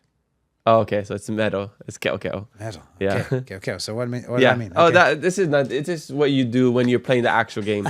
I just like to guess it. Oh, okay. Just for fun. Yeah. Oh, this is just you. Okay, yeah. So Okay. I'll show you. So you go All like right. this, and you show it to the audience, and then I pull it like this. All the good cards are in the back. So these are just like base regular cards, and then the last 3 cards should be like shiny, like this. Oh. And then the next cards should be like the better cards. Whoa. Yeah. Ooh, So you see fancy. this? Okay. So ho'a'oe. Okay, so wait, this way around, yeah? Ho'a'o'ao. No, that's not. Ho'a'o. I'm just trying to think of hard words. Ho'a'o'ao. Yeah. So I'm going to pull this one. Yeah. Oh, that's You a get- regular pink. Yeah. Okay, and a yellow. Oh, yeah. I don't know what that is in there, but anyway. You okay. can teach colors in Yeah. Aloha Oh, okay. Hawaii, like this Alele with Pokemon he cards. uliuli o ma okay ano ke ia like me ke kai no i. Ai, alela ke kai aku he ano ke ia. Right. Ke o ale o i ke he hala he mo. mo'o, yeah, he mo. Kelsian. Ai, he mo no i. Take a listen. Alela o ke ia he uliuli like me Yeah. kalani. Yep. Ka uliuli like me kalani no i nani. O ke nuia ene ka mana o ke ia ka leka nui. He anu nui no i ke ia. Yeah, Ano it's rainbow. o mama uliuli. Ai, like alela ke greenish ia blue. o ano ha ke no i ke ia. Yeah, it's like Alela a o waigala ke la, white ale o yellow ike he color. ka apa ha ke la? He ka It's a- oh, that's a cool ano one. Yeah. hinu ke ia. Oh, yeah. Nani ke Oh, ia ke nana I aku. actually need that card. Na. Yeah. No leila. So did mine. Ano gula ano Yeah. gula no ike nana aku gula. He kini popopa ale he he hu. Yeah, well, whatever energy. Oh, energy. Alela ke ia. He ano Okay. hinu hinu. He ano mea. Ai, Scar ka la movie. ke ano Yeah. ke ia. Alela. Oh. The last Oh, one. He nio. Iniseka. Ai, he ala, he, alo, ike, ala ke la. Ai, ka ano hulali no, ima ke kai ano. Yeah. Ai, nani. All right. No leila mahalo, Yeah. mahalo. No So- leila e malama na ke mo Yeah, mea. ke malama havi kamau keiki. Oh, Hiki o ke mahalo. havi kia mau mea ke kai. Ano mio nani, kia mea. Mio loa ke Yeah. na. Ano ka Oh, he ka ano i. Yeah. Oh. Slacking. So Ai, yeah. mahalo. A kahi awa paani me ke ia Pokemon, alo e paani mamua. No leila. Yeah. Alo Or ike. ina huhu hiki ke. Oh, Kamau keiki. But that's all we got for you today. Mahalo so much for flying in. This guy just flew in. Had so happy. in this crazy weather. This is, I don't know what is today, February 21st. The 21st. if you're on Oahu on February 21st, the weather is crazy. A lot of flooding, a lot of, not landslide, like water. Halana kawai. Halana kawai. I Aye. just seen some things on Instagram and I was like, Yeah. it looked super gnarly. Yeah. There's punavais everywhere outside. Yeah. I got my mask and snorkel in the car. Yeah, okay, yeah, we're gonna go. We're gonna go. and I get my wetsuit. Yeah, okay. But thank you for trekking over, and then I know you gotta go back, but maybe we can get some AI before, and then you Yeah, can make sleep on the plane, just like the Tongans. Yeah. Aye. Follow But law. is there anything else you want to share before we wrap up? If not, tell us where we can find you. Oh, thank you so much. I really appreciate you inviting me here, and I hope that people like what I was just talking I'm about. sure I they have will. no idea if they will, but if they do, then maybe ask Kamaka to invite me back again, and I'll come back again. Totally. I would love to come Maybe back. I'll invite There's you so with much- Anake Kaula, and that's Oh, gonna there be you go, yeah. that's gonna be a funny episode. Yeah. There's so much more to talk about too. There's so many Yes. interesting aspects of ʻŌlelo in the ʻŌlelo Hawaii realm too. Maybe a Besides- panel one day. Yeah, that would be fun. Yeah. But anyway, I'd love to come back. Thank you so much for having me. I really course. appreciate No it. kahaoli. I love this. It's really great, and I'll do it anytime. Yeah, and then to find me, well, I'm on the internet. Of course, you can find, just type in Kaliko Beamer-Trapp. I have a website which is called ʻŌlelo Online. So that's OLELO online, ʻŌlelo Online. Or you just type in, learn Hawaiian from Kaliko. You can find me in there. Yeah. And then I have a new, the way I do my classes is 8 weeks, and then another 8 weeks, and then another 8 weeks. So when people come into class, they're not signing up for a year. They just come for 8 weeks. So that way, in case they need to take a break or whatever, you come for 8 weeks, and then if you like it, you keep going another 8 weeks and another 8 weeks. And I've got 8 levels of, I like the number 8. Yeah, I that's think my it's favorite number too. I think it's a very Hawaiian Yeah. number because it's, a multiple of 4. Anyway, that's all different I topic. like 8 because it never ends. Oh, how nice. Yeah, infinite. Yeah. So we got, Mo. and I got 8 different levels for people to take. So I can, people who already speak Hawaiian who want to improve and take it to the next level. By the time they get up to my level 4 classes, it's all in Hawaiian anyway. It's all taught through Hawaiian. And then, so that is easy to find me online. There's all examples of the classes and videos they can see what it looks like in class and so on. So yeah, I would love to see anybody out there who wants to come learn ʻŌlelo Hawaii.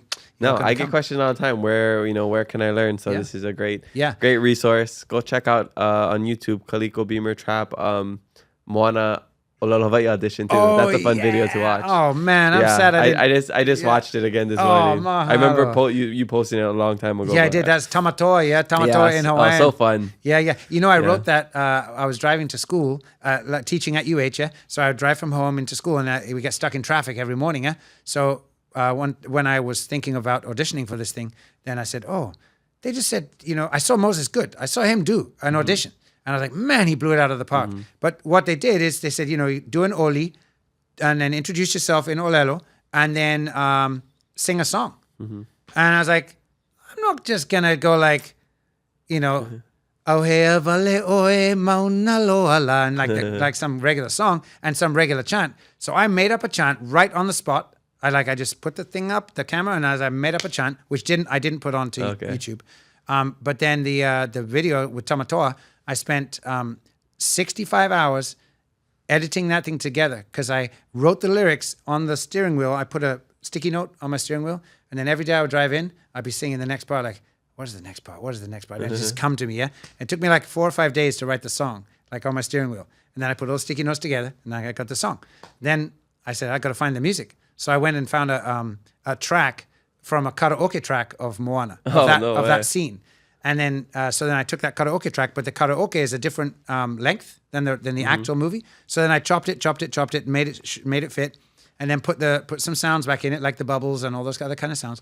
And then I just did my song and made it match as close as I could to the video. And I thought, this hopefully will blow their socks off. I was like, oh man, I hope everybody that's whoever's reviewing this for the Disney thing, I hope they will like this because I actually proved that I can do it. And I did it myself, and I'm not like a master vocal, what do you call, I don't have like major vocal training or anything, but I love doing that kind of stuff. I'd like to do more of that actually. But anyway, so yeah, I enjoyed it. It was great. Yeah. I think Kamaka Fernandez ended up. He ended doing up with right? it. Yeah. And Which what a beautiful job he did. Oh, I can't absolutely really blame a Kamaka for, coming out Kamaka, on top, you're right? talking Kamaka, that's real high level, that's high level. Because I'm only the Kaliko. Yeah, the Liko, the Liko, yeah, the Maka. Yeah, so that's why I didn't get it. But I would love to do more voice work because I don't feel that I really have the visual presence to be able to do like especially stuff in Hawaiian language and Polynesian stuff. But I have a voice that I like. I think that it would be fun to do more things in voice, like cartoons in Hawaiian. I think that would be My fantastic. dream is a Hawaiian anime. Yeah. I watch anime with my Please girlfriend. call on me. I'll be there. Hawaiian anime. Yeah, That'll be the future. Yeah, you're going to be Whenever- the dead guy in. You're going to be the dead guy in Chief of War season 5. Wow, he knows. Chief he knows of War my season dreams. 5. You're going to be the dead guy, and I'll be the throwaway cartoon character in some Okay. Hawaiian anime. Okay? We have simple dreams. That's, Hey, all it let's is. do it. Let's do it. Well, mahalo Kaliko for joining us on Mahalo. the Keep It Low podcast. Spread love, be kind to one another, and mahalo for listening to us today. We have new episodes every Thursday, so make sure you follow us and leave a review. I'm your host, Kamaka, and remember to always keep it aloha.